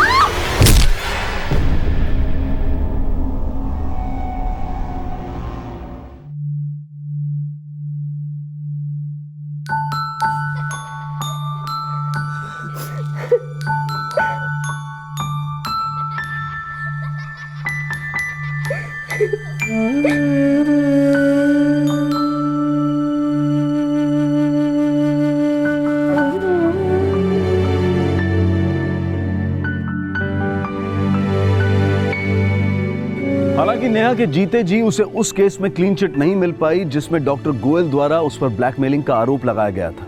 लेकिन यह जग जाहिर था कि नेहा ना सिर्फ एक जुझारू रिपोर्टर थी बल्कि एक ऐसी मां भी थी जिसने अपने बच्चे को जन्म देने के लिए पिता के नाम को और शादीशुदा होने को भी जरूरी नहीं समझा। अब नेहा के माता पिता और उसका दोस्त और क्राइम रिपोर्टर भरत शर्मा नेहा की वो अधूरी लड़ाई लड़ने की कोशिश कर रहे हैं जिसमें नेहा को नहीं बल्कि न्यूज एडिटर राघव सिंह और डॉक्टर गोयल को दोषी मानकर उनके खिलाफ कार्रवाई की जा रही है। हालांकि वो केस अब भी कोर्ट के अधीन है, लेकिन हम उम्मीद करते हैं कि जीत सच की होगी। अब मैं अनूप सोनी आपसे विदा लेता हूं, फिर मुलाकात होगी अगले एपिसोड में एक और चौंका देने वाले केस के साथ। तब तक अपना और अपने परिवार का ख्याल रखें और देखते रहें क्राइम पेट्रोल डायल 100। सबक एक को सीख हम सबको। जय हिंद। परंपरा और संस्कृति हमेशा से हमारे देश का वैभव रहा है, लेकिन वक्त के साथ साथ हमारी सोच में भी काफी बदलाव आया है। लेकिन आज भी हमारे देश में ऐसी कई विचारधाराएं हैं जो उन्हीं बीते दिनों में फंसी हुई हैं। धर्म और संस्कृति के नाम पर हमने बहुत सारी चीजों को खुद ही सही और गलत की कैटेगरी में बांट रखा है, और इसी सो कॉल्ड संस्कृति को बचाने के लिए हम किसी भी हद तक चले जाते हैं। मां बनने के अनुभव की तुलना किसी और से नहीं की जा सकती है। एक नई जिंदगी को जन्म देने से बड़ा और कोई सुख नहीं हो सकता है। बच्चे के कोख में आते ही उसकी परवरिश शुरू हो जाती है, और फिर उसके जन्म की खुशी से हमारा घर रोशन हो जाता है। लेकिन खुशी के इतने कारणों के बावजूद बच्चों के साथ हो रहे हादसों और जुर्म की कहानियां हम रोज सुनते हैं, और कुछ जुर्म तो ऐसे होते हैं जिसे सुनकर हमारी रूह कांप जाए। और इसी की वजह से समाज में अव्यवस्था और जुर्म भी बढ़ रहे हैं, और ये जुर्म बड़े बुजुर्गों से लेकर बच्चों तक पर हो रहे हैं। हमारी आज की कहानी एक ऐसे ही क्रूर जुर्म की कहानी है।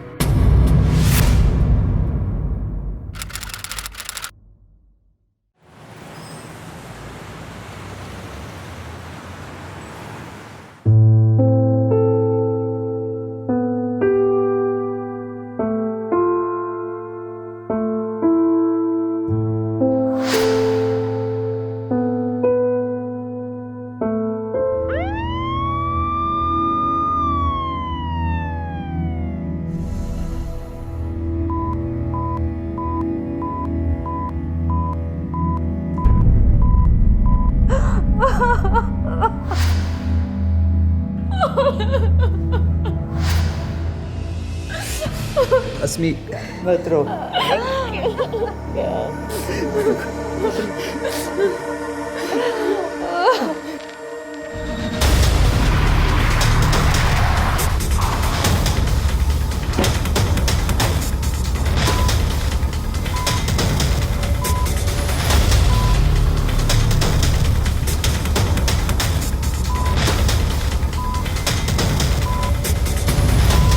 मिसेस शशांक, बच्चे को सबसे पहले किसने देखा? सर मैं फैक्ट्री में था और पता नहीं ये सब कैसे।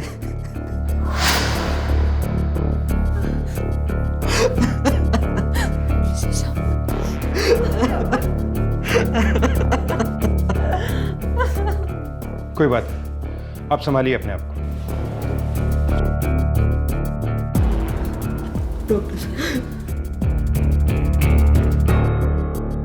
बच्चे की हालत बहुत नाजुक है, उसका निजी अंग लिंक काटा गया।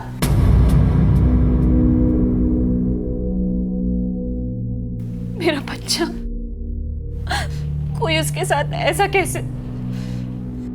डॉक्टर साहब वो ठीक तो हो जाएगा ना? देखिए मैं कोई झूठा दिलासा तो नहीं देना चाहता, क्योंकि खून काफी बह गया है और वो बहुत नन्ही सी जान है। अगले 24 घंटे काफी क्रूशियल है, हम पूरी कोशिश करेंगे।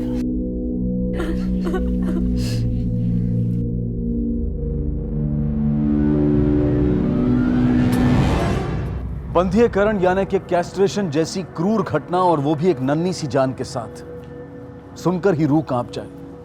लेकिन एक नवजात के साथ ऐसी क्रूरता कौन कर सकता है? और सबसे बड़ा सवाल है क्यों?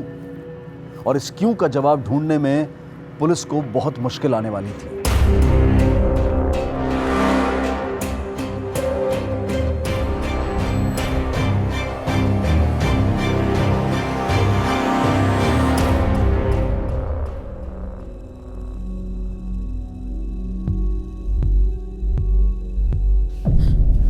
मुझे मेरे बच्चे से मिलना है। अभी उसकी कंडीशन बहुत क्रिटिकल है, आप धीरज रखिए।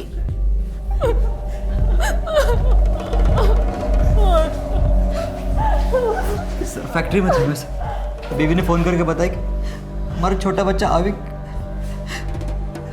सर इतने छोटे बच्चे के साथ ऐसा कोई कैसे कर सकता है सर? हम भी वही पता लगाने की कोशिश कर रहे हैं। इन्वेस्टिगेशन शुरू कर दी है, जल्दी कोई लीड मिलेगी। आप अपने परिवार का ख्याल रखिए। मेडिकल से ये दवाई ले आइए तुरंत। जी सर।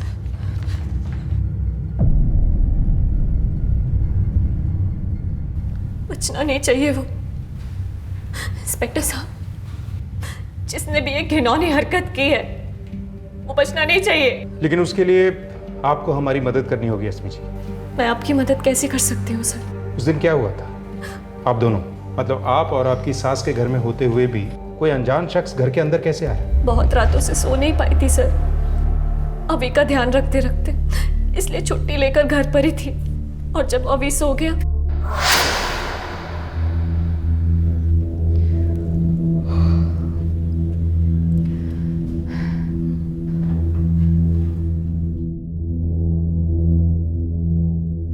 मम्मी जी, मैं बहुत थक गई हूँ, ऊपर सोने जा रही हूँ। अभी सोया हुआ है, आप थोड़ी देर उसका ध्यान रखना। हाँ हाँ, तू सोने जा, मैं पूजा करके आती हूँ, मैं देखती हूँ।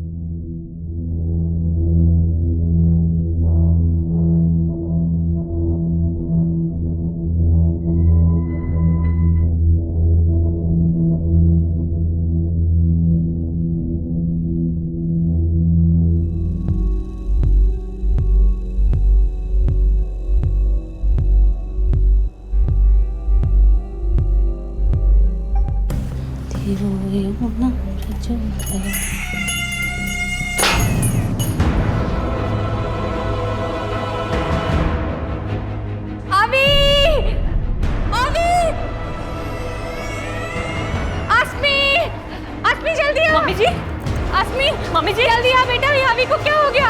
मम्मी जी, मम्मी जी,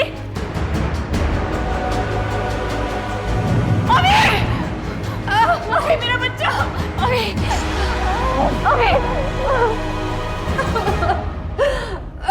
देखा जी, शांत हो जाइए। क्या आपने किसी को भागते हुए देखा था? नहीं।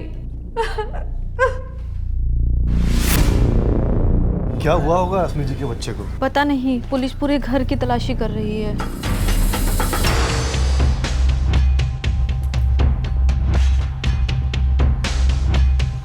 रश्मि, इसे फॉरेंसिक के लिए भेजो।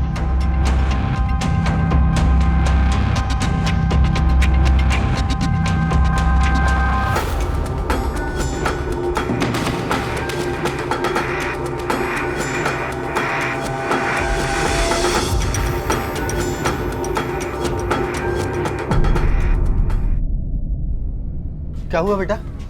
पता नहीं पापा, पुलिस आई हुई है।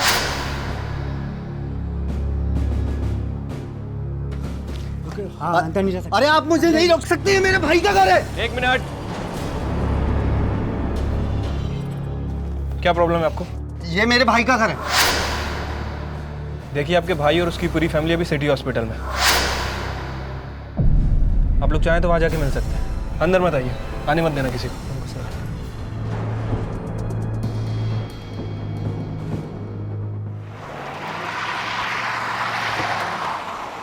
सर, कैंची का इस्तेमाल किया गया था, घर में ही मिली थी। सर, मैंने फॉरेंसिक टेस्ट के लिए भेज दी है। ऐसा कौन कर सकता है? सर, जिसने भी किया बड़ी आसानी से घर में घुसा और एक कांड करके चला गया। इसके पीछे कोई साधारण कारण तो हो नहीं सकता, क्योंकि बच्चे को जान से मारने की कोशिश नहीं की गई। सिर्फ उसे बधिया बनाने के उद्देश्य से उसके निजी अंग पे वार किया गया। इसके पीछे जरूर कोई पागल मनोवैज्ञानिक कारण जुड़ा हो सकता है सर। एक रूपरेखा तैयार करो, कौन ऐसा जुर्म कर सकता है? क्या किसी को बेटा पैदा होने से तकलीफ थी, या फिर लड़के को अपने लिए कोई खतरा समझता हो?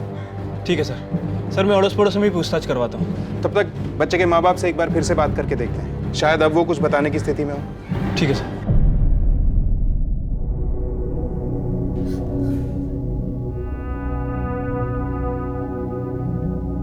आसमी,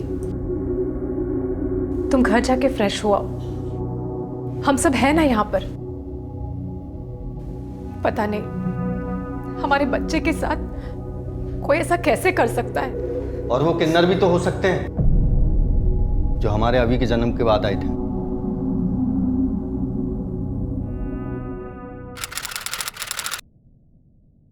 हाय हाय, लाओ बधाई ला बच्चे की। अरे, अब कुछ दिन पहले मैंने आपको 2000 रुपए दिए थे, आप लोग फिर आ गए। हाय हाय, हमें कब दिया? वो दूसरी थी। ला 2-3 हजार रुपए बच्चे के ऊपर से उतार के दे दे। ला, दे ना दे। क्या है तुम लोगों का? एक बार में समझ में नहीं आती, जब देखो मुंह उठा के चले आते हैं, पैसे का पेड़ में उगते हैं। निकलो यहाँ से। शशांक, तुम इन लोगों को नहीं जानते। ये लोगों को डरा डरा कर उनसे पैसे हड़पते हैं। मैंने कहा निकलो यहाँ से। हाय क्या हड़पते हैं रे? खुशी से 2-3 हजार रुपया बच्चे से उतार के मांग रहे। चल चुपचाप दे दे 2-3 हजार रुपया, चल ला। धमकी धमकी किसको दे रहा हो? निकलो यहाँ से। गलत लोगों से पंगा ले रहा है तू, पछताएगा एक दिन, पछताएगा। श्राप लगेगा तुझे, तेरे बच्चे को, देखना। श्राप लगेगा? क्या श्राप लगेगा? भैया चुप हो जाओ तुम प्लीज। ये लीजिए, ये पैसे लीजिए। चल चल, नहीं चाहिए तेरे पैसे मुझे। चल, भिखारी समझ के रखा है क्या? पछताएगा एक दिन, पछताएंगे तुम लोग, देखना। सर वो उस दिन बहुत बददुआ देकर गई थी, वो कुछ भी कर सकती थी।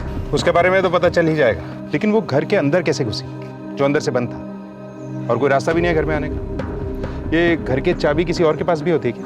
हाँ, एक चाबी मेरे घर पर है, लेकिन सिर्फ उस दिन मेरे बच्चे घर पर थे। मैं और हर्षनी तो ऑफिस गए हुए थे। आपके बच्चों की उम्र क्या है? मेरा बेटा मानव 13 साल का है और पिंकी 6 साल की। अब आप ये मत सोचने लगे कि ये काम मेरे बच्चों ने किया होगा। आप कुछ जल्दी ही अग्रेसिव नहीं हो जाते? बच्चों से पूछताछ तो करनी होगी।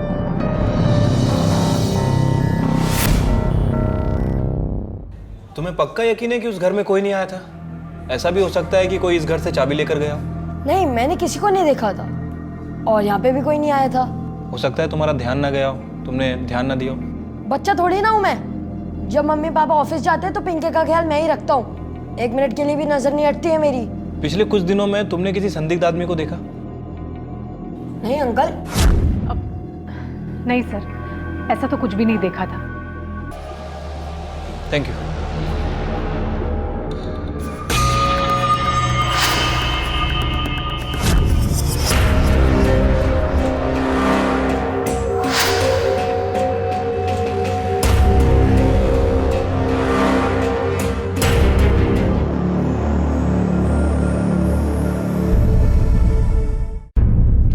सर, अड़ोस पड़ोस में तो सब कुछ नॉर्मल ही लग रहा है। किसी के पास ऐसा कुछ करने की कोई ठोस वजह नहीं रख रही है। परिवार में बेटा होने की वजह से भी कोई जलन वाला मामला नहीं लग रहा है। काफी इज्जत है शशांक की कॉलोनी में। और उसका भतीजा मानव? सर, मानव के बारे में कुछ खास बात पता चली नहीं है। थोड़ा एटीट्यूड वाला है, काफी गुस्से में रहता है, अपने बाप पे गया है सर। वो बच्चा मानव हर वक्त एक चाकू अपने पास रखता है। लेकिन किसी ने तो अपनी भड़ास निकाली है इस नन्ही सी जान पर। हो सकता है सर। वैसे सर, इस कहानी में एक किन्नर भी है।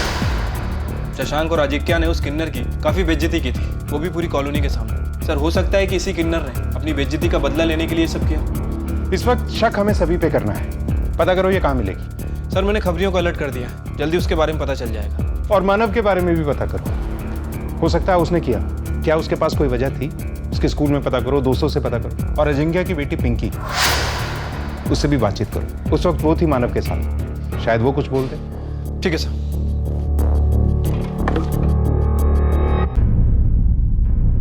बेटा, घबराने की कोई जरूरत नहीं है। अगर आपको कुछ पता है तो आप हमें बता सकते हो।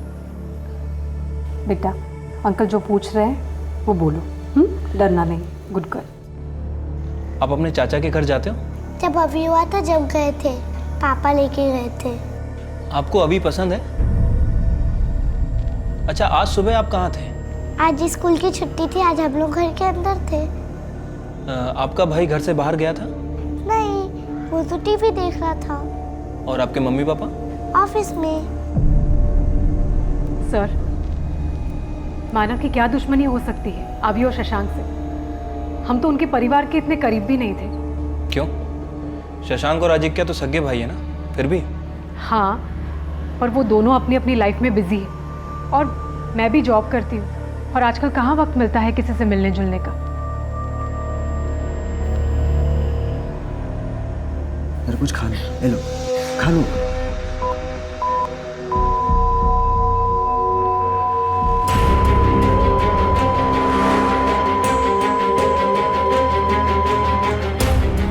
अरे रमेश, जल्दी से डॉक्टर को बुलाओ। नर्स, बच्चे को क्या हुआ? सर, कुछ नहीं। नर्स, डॉक्टर कहाँ पर है? बच्चे को देखना है मुझे अभी। अरे वो चेक कर रहे हैं सर, प्लीज आप यहाँ पे वेट करिए। डॉक्टर साहब देखो ना बच्चे को क्या हुआ। डॉक्टर सर, एक मिनट सर।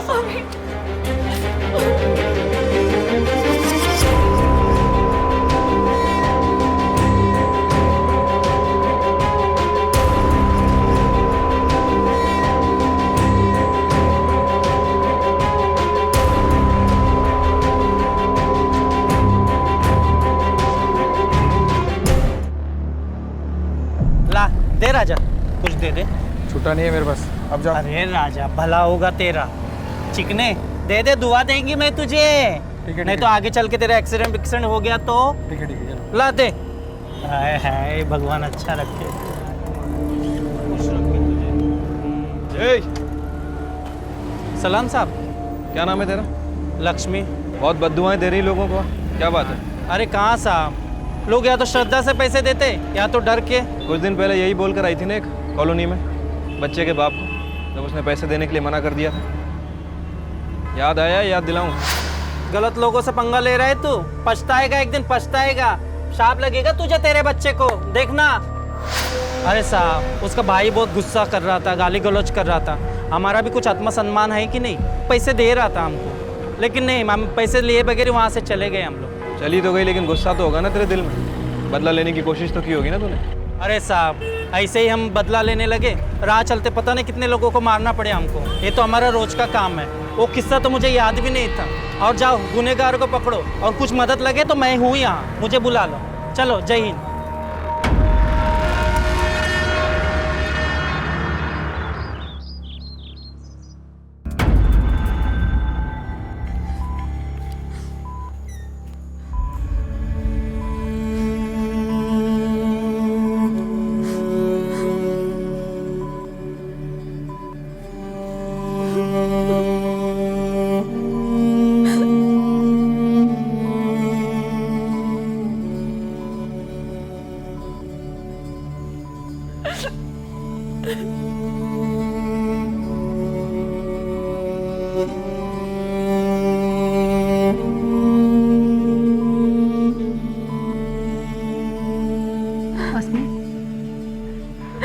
ले बेटा, प्रसाद खा ले। सब ठीक हो जाएगा बेटा। जा, तू कपड़े बदल ले। कल से यही कपड़े पहने हुए हैं तूने। मैं कहीं नहीं जाऊंगी।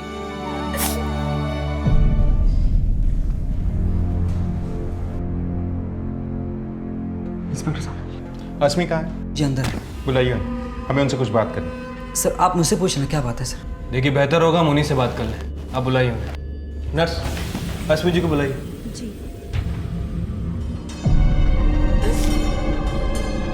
अस्मी मैम, आपको बाहर इंस्पेक्टर साहब बुला रहे हैं। मैं कहीं नहीं जाऊंगी अपने बच्चे को छोड़कर। मैम आपको बुला रहे हैं बाहर। कहा ना, नहीं जाऊंगी। सर वो नहीं आ रही हैं। ठीक है, तुम जाओ। जी। सर आपको जो भी पूछना है मुझसे पूछिए। हमने आपकी फैमिली रिपोर्ट देखी है। अभी का जन्म आपकी शादी के 7 महीने के अंदर हुआ है, जबकि अस्मी जी की डिलीवरी प्रीमेच्योर नहीं थी। अस्मी की डिलीवरी की रिपोर्ट के हिसाब से अभी ठीक 9 महीने के बाद पैदा हुआ था। इसीलिए हमें अस्मी से बात करनी है। क्या आपको इसके बारे में पता था? कहीं शादी से पहले अस्मी जी का किसी नहीं सर, बिल्कुल नहीं। सर अस्मी शादी के पहले प्रेग्नेंट थी, लेकिन सर अभी मेरा ही बच्चा है। शादी के पहले मैं और अस्मी रिश्ते में थे। सर जब अस्मी प्रेग्नेंट हुई तो हमने जल्दबाजी में शादी करने का फैसला लिया। सर आप चाहे तो अस्मी से बात पूछ सकते हैं। लक्ष्मी ने कुछ नहीं किया। अस्मी जी का भी कोई अफेयर नहीं था और शशांक भी साफ है। कहीं ऐसा तो नहीं कि हम गलत जगह पे इन्वेस्टिगेशन कर रहे हैं। हम घर के बाहर ढूंढ रहे हैं और मुजरिम घर के अंदर ही हुआ तो? आस पड़ोस वालों से पूछताछ करो, घर वालों के बारे में, खास तौर पे पति पत्नी के बारे में। कोई सुराग तो मिलेगा। Okay sir.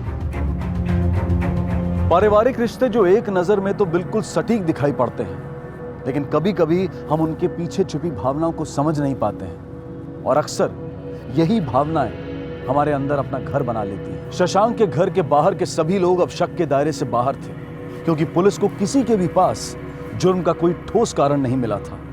इसलिए अब घर वाले शक के दायरे में थे। लेकिन घर का कोई बंधियाकरण यानी कि कैस्ट्रेशन जैसा क्रूर काम क्यों करेगा? आस पड़ोस के लोगों से तो यही पता चल रहा था कि शशांक का परिवार एक हंसता खेलता परिवार है और पति पत्नी भी बच्चे से बेहद प्यार करते हैं। लेकिन तभी पुलिस के सामने एक और नजरिया आया। सर वैसे तो उन दोनों के बीच में कोई प्रॉब्लम नहीं था। इसके अलावा और कुछ कभी बताया उसने अपनी शादी के बारे में? कुछ खास नहीं सर, बस उसे थोड़ा पैसे का प्रॉब्लम था। उसने शादी भी जल्दी कर ली थी और बच्चा भी।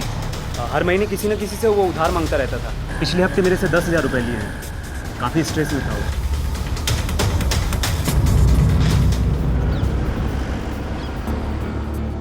सिर्फ पैसों की तंगी की वजह से कोई अपने ही बेटे के साथ ऐसा कर सकता है क्या? सर, हो सकता है कि बेटे को सारी परेशानियों की जड़ मानता हूँ। जो भी प्रॉब्लम उसे हो रही हो, इस सब का कारण वही हो।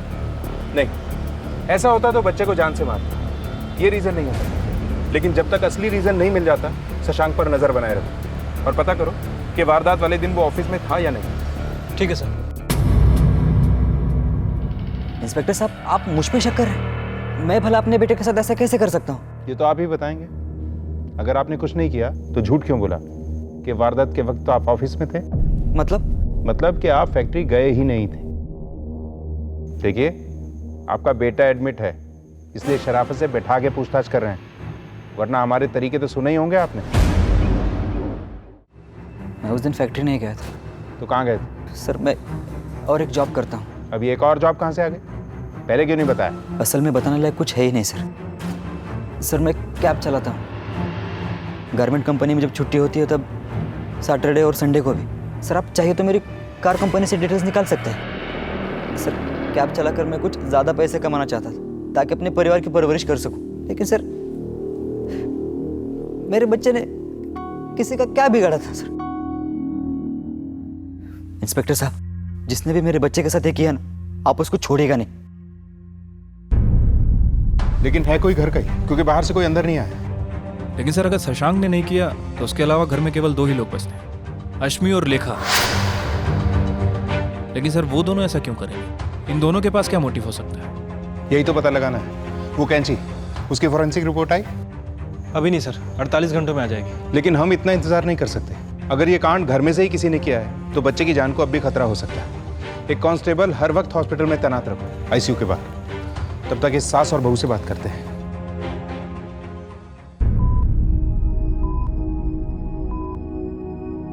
देखना, कोई इतनी नन्ही सी जान के साथ ऐसे कैसे कर सकता है? अस्मी जी, मुझे आपसे कुछ बात करनी है। अस्मी बेटा, तुम इंस्पेक्टर साहब से बात कर लो। अभी को मैं देखता हूँ बेटा। जाओ बेटा। आई।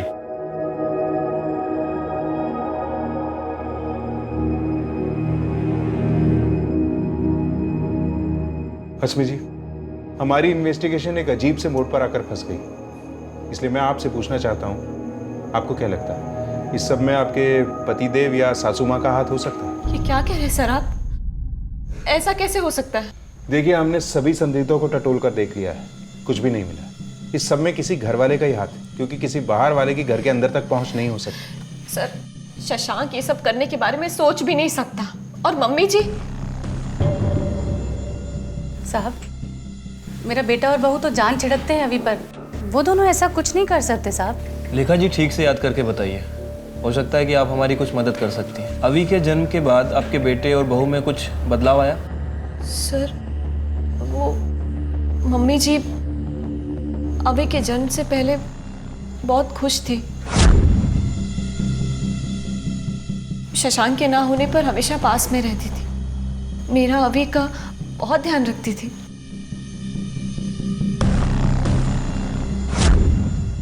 फिर थोड़ी बदल गई, पता नहीं क्यों। अस्मी थोड़ी चिड़चिड़ी हो गई थी, बहुत डिप्रेस रहने लगी थी अवी के जन्म के बाद। कुछ अलग सा बर्ताव करने लगी। अवी का सारा काम मैं करती थी, उसे संभालती थी। मम्मी कुछ ख्याल भी नहीं करती थी। पर आजकल तो ये होता ही है साहब। वो क्या कहते हैं उसे, पोस्टमार्टम डिप्रेशन। हाँ हाँ, शायद वही होगा। पर साहब, मुझे नहीं लगता मेरी बहू ऐसा कुछ कर सकती है। नहीं सर, मम्मी ऐसा नहीं कर सकती।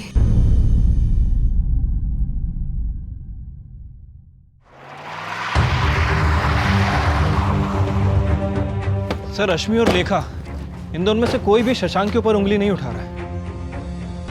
लेकिन कोई प्रॉब्लम तो है, क्योंकि दोनों में से कोई भी एक दूसरे के प्रति शक जाहिर नहीं कर रहा है। सर, ऐसा भी हो सकता है कि बेटे और पति के प्यार में आकर ये दोनों शशांक के ऊपर आंख बंद करके भरोसा कर रहे हैं। सर, ठीक है, जाओ। शशांक सच बोल रहा था। वारदात के वक्त वो कैब चला रहा था, तब ये अस्मी ने उसे फोन भी किया था। अब देखते हैं कि ये शशांक साहब किससे ज्यादा प्यार करते हैं और क्यों।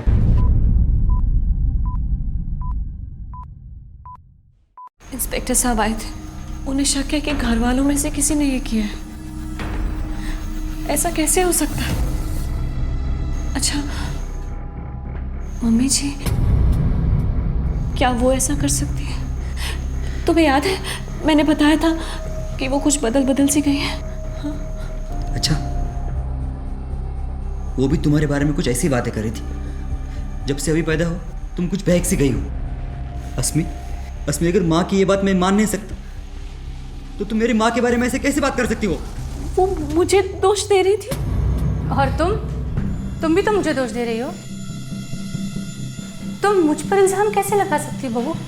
मम्मी जी, आप सच में बदल गई हैं। पहले तो बहुत ध्यान रखती थी हमारा, अब आपको प्रॉब्लम है ना हमसे, तभी ऐसे बर्ताव कर रही है हमारे साथ। हाँ? हाँ? 1 मिनट, क्या लगा रखा है? हॉस्पिटल है, तमीज से रहिए। डॉक्टर साहब, अभी कैसे है? अस्मी जी, जब तक वो यूरिनेट नहीं करता हम कुछ नहीं कर सकते। उसकी ज़िंदगी अब भी खतरे में है। हालांकि उसकी सेहत पहले से काफ़ी बेहतर है, पर हमें कंप्लीट रिकवरी के लिए वेट करना होगा। आपको क्या लगता है दोनों में से कौन हो सकता है? सर आप प्लीज़ मुझे और मेरे फैमिली को बख्श दीजिए। सर वो टेंशन में आकर एक दूसरे पे इल्ज़ाम लगा रही है। देखिए, मैं जानता हूं कि इन दोनों के अलावा और कोई नहीं हो सकता है। और सर मैं ये भी जानता हूँ कि इन दोनों में से किसी ने भी नहीं किया है सर। एक तरफ मेरे बच्चे की माँ है और सर दूसरी तरफ मेरी अपनी माँ है सर वो दोनों ऐसे सोच भी नहीं सकते। 2 ही संदिग्ध बचे थे और सर दोनों के ऊपर आरोप लगाने के लिए हमारे पास जुर्म की कोई सॉलिड वजह नहीं है। ऐसा कुछ भी करने के लिए वजह काफी स्ट्रांग होनी चाहिए। क्या वजह हो सकती है? हमने जो साइकोलॉजिकल रूपरेखा तैयार करवाई थी उसकी रिपोर्ट मंगवाओ। तब तक इस अजिंक्य और हर्षिनी से दोबारा बातचीत करते हैं। ठीक है सर। ये क्या बोल रहे हैं आप? मम्मी और अश्मी? देखिए, हमारा यकीन कीजिए, घर के अंदर से इन दोनों के अलावा और कोई हो ही नहीं सकता। अच्छा, एक बात बताइए, क्या आप दोनों ने इन लोगों में कभी कोई अजीब बात नोटिस की थी? सर कुछ ज़्यादा तो नहीं, लेकिन आसमी कभी कभी कहती थी कि मम्मी जी आजकल थोड़ी अलग सी हो गई है। मैंने कुछ ज़्यादा ध्यान नहीं दिया क्योंकि हमारे घर में इतने प्रॉब्लम्स हैं, दूसरों की परेशानियां कहाँ देखेंगे। इन दूसरों की बातें आप कर रही हैं, वो आपके ही घर वाले हैं। शादी शशांक की हुई थी, शिफ्ट उसे होना चाहिए था, लेकिन हो गए आप लोग। ऐसा क्यों? सर वो मम्मी जी ने घर थोड़ा धार्मिक बना के रखा था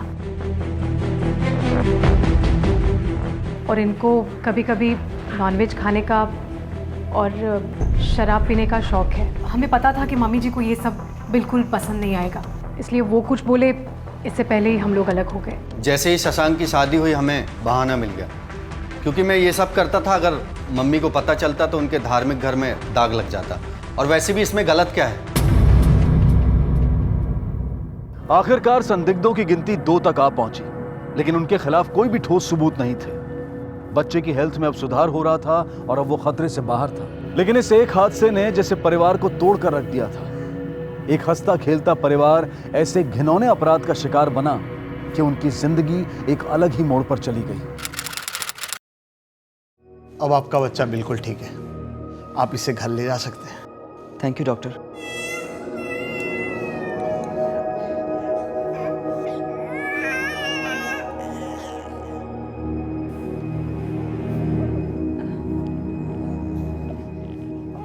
हम सब घर चले? नहीं, मैं उस घर नहीं जा सकती। मम्मी जी है वहां पर। जब तक मम्मी जी है उस घर में, मेरा अभी सेफ नहीं है। मैं नहीं जा सकती। मैं अपने मम्मी पापा के साथ जा रही हूँ। अस्मी तुम क्या बात कर रही हो? मम्मी जी को अजिंक्य भैया के साथ भेजेंगे तभी मैं आऊंगी। अस्मी मम्मी हमारे साथ रहेगी। तुम्हारा दिमाग खराब हो गया? आप मम्मी के ऊपर शक कर रहे हैं? अभी उनका पोता है। नहीं,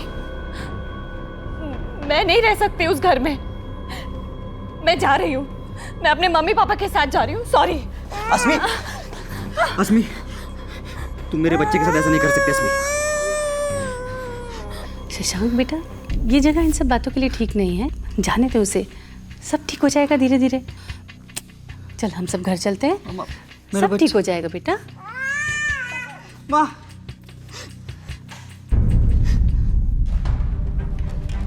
सर अभी को डिस्चार्ज कर दिया गया है। अस्मी उसे लेकर घर जा रही है। ठीक है, बच्चे और माँ बाप पे चौकन्नी नजर रखो। लेकिन अचानक अस्मी को अपनी सास पे इतना गहरा शक कैसे हो? नजर रखो उस पर। ठीक है सर। सर वो कैंची की फॉरेंसिक रिपोर्ट आ गई है। रिपोर्ट के मुताबिक कैंची पर दोनों ही औरतों के फिंगरप्रिंट है। जाहिर सी बात है, दोनों ही उसे यूज करती होंगी। ये तो पक्का है कि बाहर का कोई नहीं था, अपराधी इन दोनों में से कोई एक है। लेकिन सबूत हमारे पास किसी के भी खिलाफ नहीं। सर एक चीज़ और है जिस पर हमने गौर नहीं किया।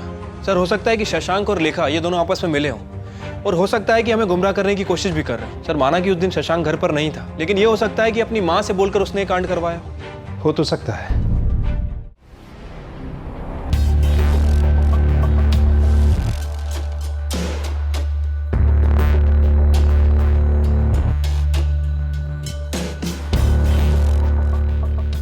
शशांक, चाय ठंडी हो रही है बेटा, तुझे फैक्ट्री नहीं जाना? माँ, इच्छा नहीं हो रही मेरी।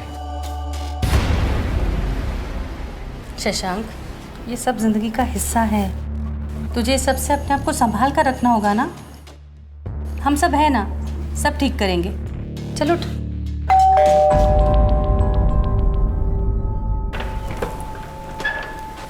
Inspector sir.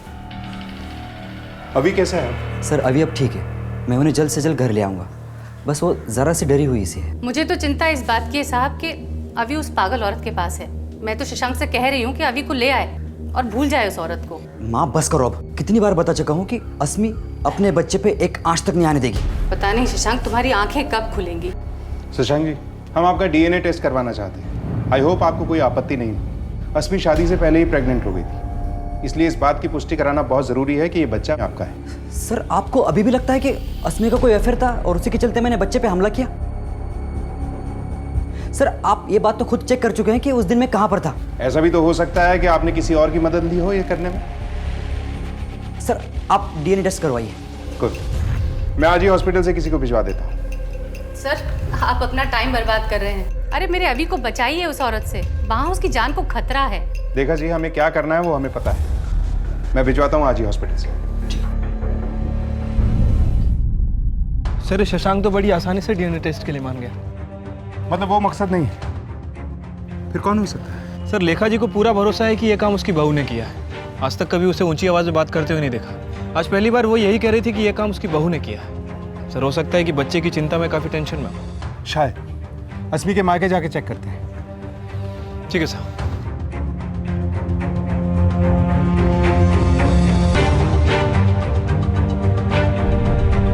मैं जितना ही इस बारे में सोचती हूँ उतना ही मेरा फैसला पक्का होता जाता है। मम्मी जी के रहते हुए अभी वहाँ सुरक्षित नहीं है।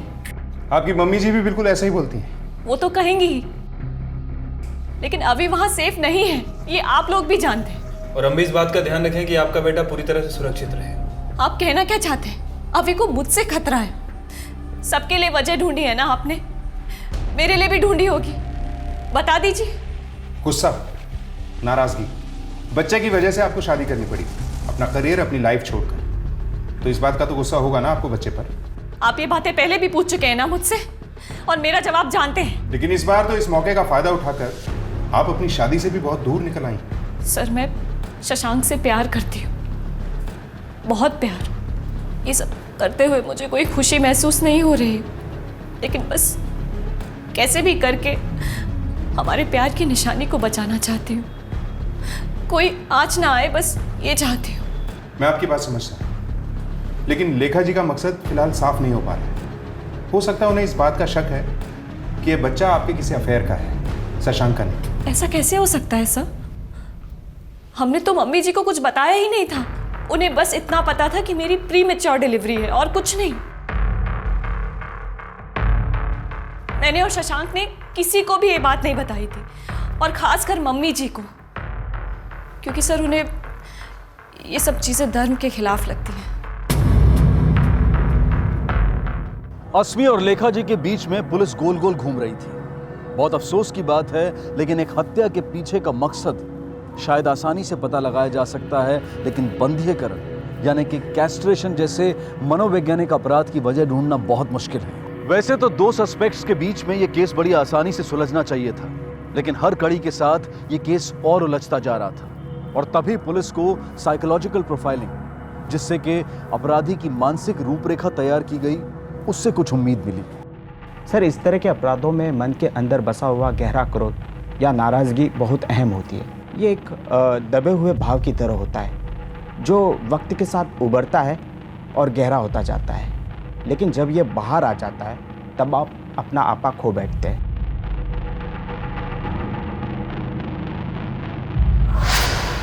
सर, लेखा जी को पूरा भरोसा है कि यह काम उसकी बहू ने किया है। आज तक कभी उसे ऊंची आवाज़ में बात करते हुए नहीं देखा। आज पहली बार वो यही कह रही थी कि यह काम उसकी बहू ने किया है। सर, हो सकता है कि बच्चे की चिंता में काफ़ी टेंशन में। अस्मी जी, आपको बाहर इंस्पेक्टर साहब बुला रहे। मैं कहीं नहीं जाऊंगी अपने बच्चे को छोड़कर। मैम, आपको बुला रहे हैं। कहा ना, नहीं जाऊंगी। सर, वो मम्मी जी अभी के जन्म से पहले बहुत खुश थी, पर कुछ दिनों बाद कुछ अलग सा बर्ताव करने लगी। ये सब मम्मी जी की वजह से हुआ है। अरे अभी होने के बाद तो ये उससे चिड़चिड़ करने लगी थी। मैं चिड़चिड़ करती थी कि आप कर रही थी? मैं तो शशांक से कह रही हूँ कि अभी को ले आए और भूल जाए उस औरत को। यस। क्या हुआ सर?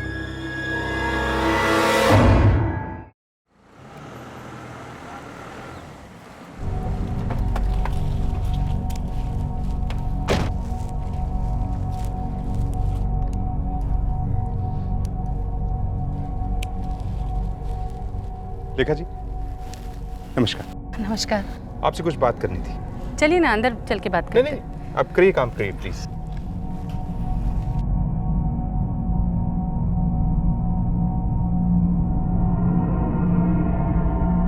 खराब पत्ते काट रही हैं आप शायद।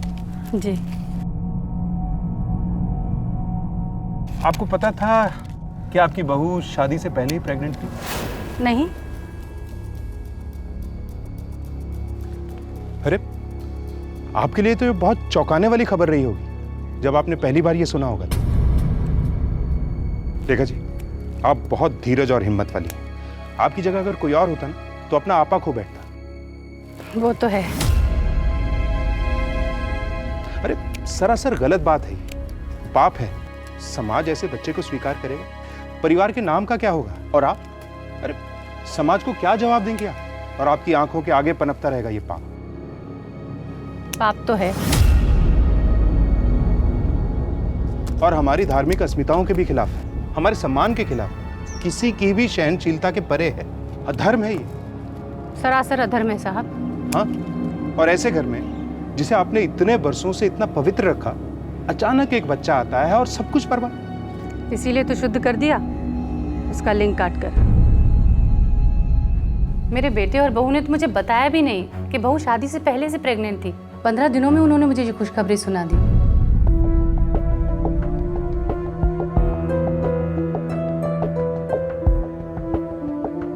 अरे क्या हुआ? क्या बात है? कुछ बोलोगे भी?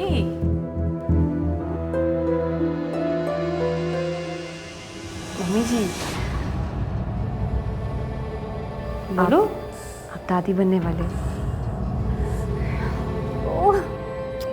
मुझे तो शक भी नहीं हुआ साहब। मैं बहुत खुश थी, बहुत ध्यान रखती थी अपनी बहू का।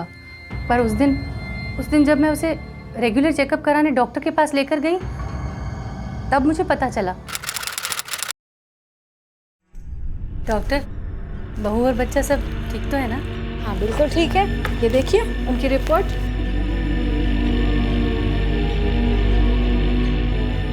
डॉक्टर, ये बच्चा कुछ ज़्यादा जल्दी बड़ा नहीं हो रहा? जल्दी तो नहीं, 5 महीने में बच्चे का इतना ही विकास होता है।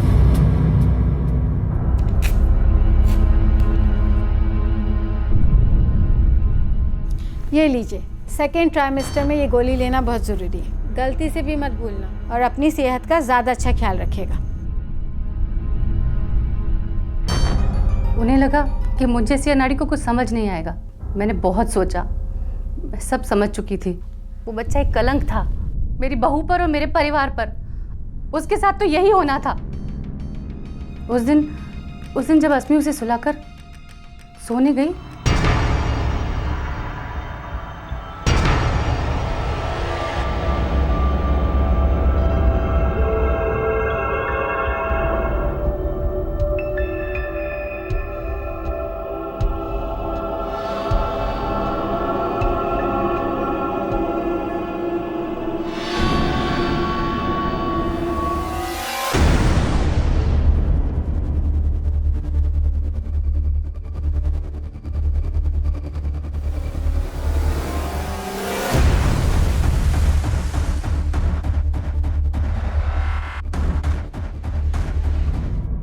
उसका शुद्ध करना ज़रूरी था ताकि उसमें से उस पापी औरत का खून निकल जाए। और तुम्हारा बेटा, ये बच्चा उसका भी तो था। तो संयम रखना औरत की जिम्मेदारी है और शादी से पहले शारीरिक संबंध रखना हमारे धर्मशास्त्रों के खिलाफ है। लेकिन उसके बाद इन दोनों ने शादी की। आप नहीं समझोगे इंस्पेक्टर, पाप तो पाप ही होता है ना। धर्म और शास्त्र की इस अजीब व्याख्या का हर्जाना एक नन्ही सी जान को भुगतना पड़ा। और बड़े दुख की बात है कि एक औरत होकर भी लेखा जी अस्मी के बारे में ऐसे ख्याल रखती थी। और उससे भी ज्यादा दुख की बात यह है कि उन्हें अपने पोते से जरा भी लगाव नहीं था। उस बच्चे की गलती सिर्फ इतनी सी थी कि वो उनकी मर्यादा के दायरे के अंदर पैदा नहीं हुआ था। लेकिन ये दायरे बनाने का हक हमें देता कौन है? और इन सब बातों में उस नन्ही सी जान अभी का क्या दोष था?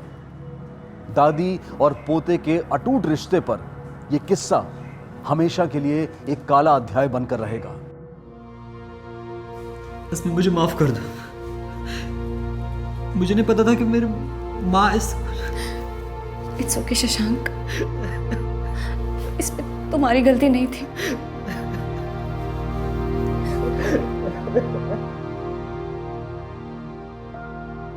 गुस्सा, प्यार, नफरत, जरूरत से ज्यादा कोई भी चीज अपराध को जन्म देती है। और इस अपराध की वजह लेखा जी के अंदर पनप रहा द्वेष ही था। ईश्वर और धर्म में अटूट श्रद्धा रखना गलत नहीं है, लेकिन फिर कौन सा धर्म और ईश्वर एक मासूम बच्चे पर इस तरह के अपराध को सही साबित कर सकता है?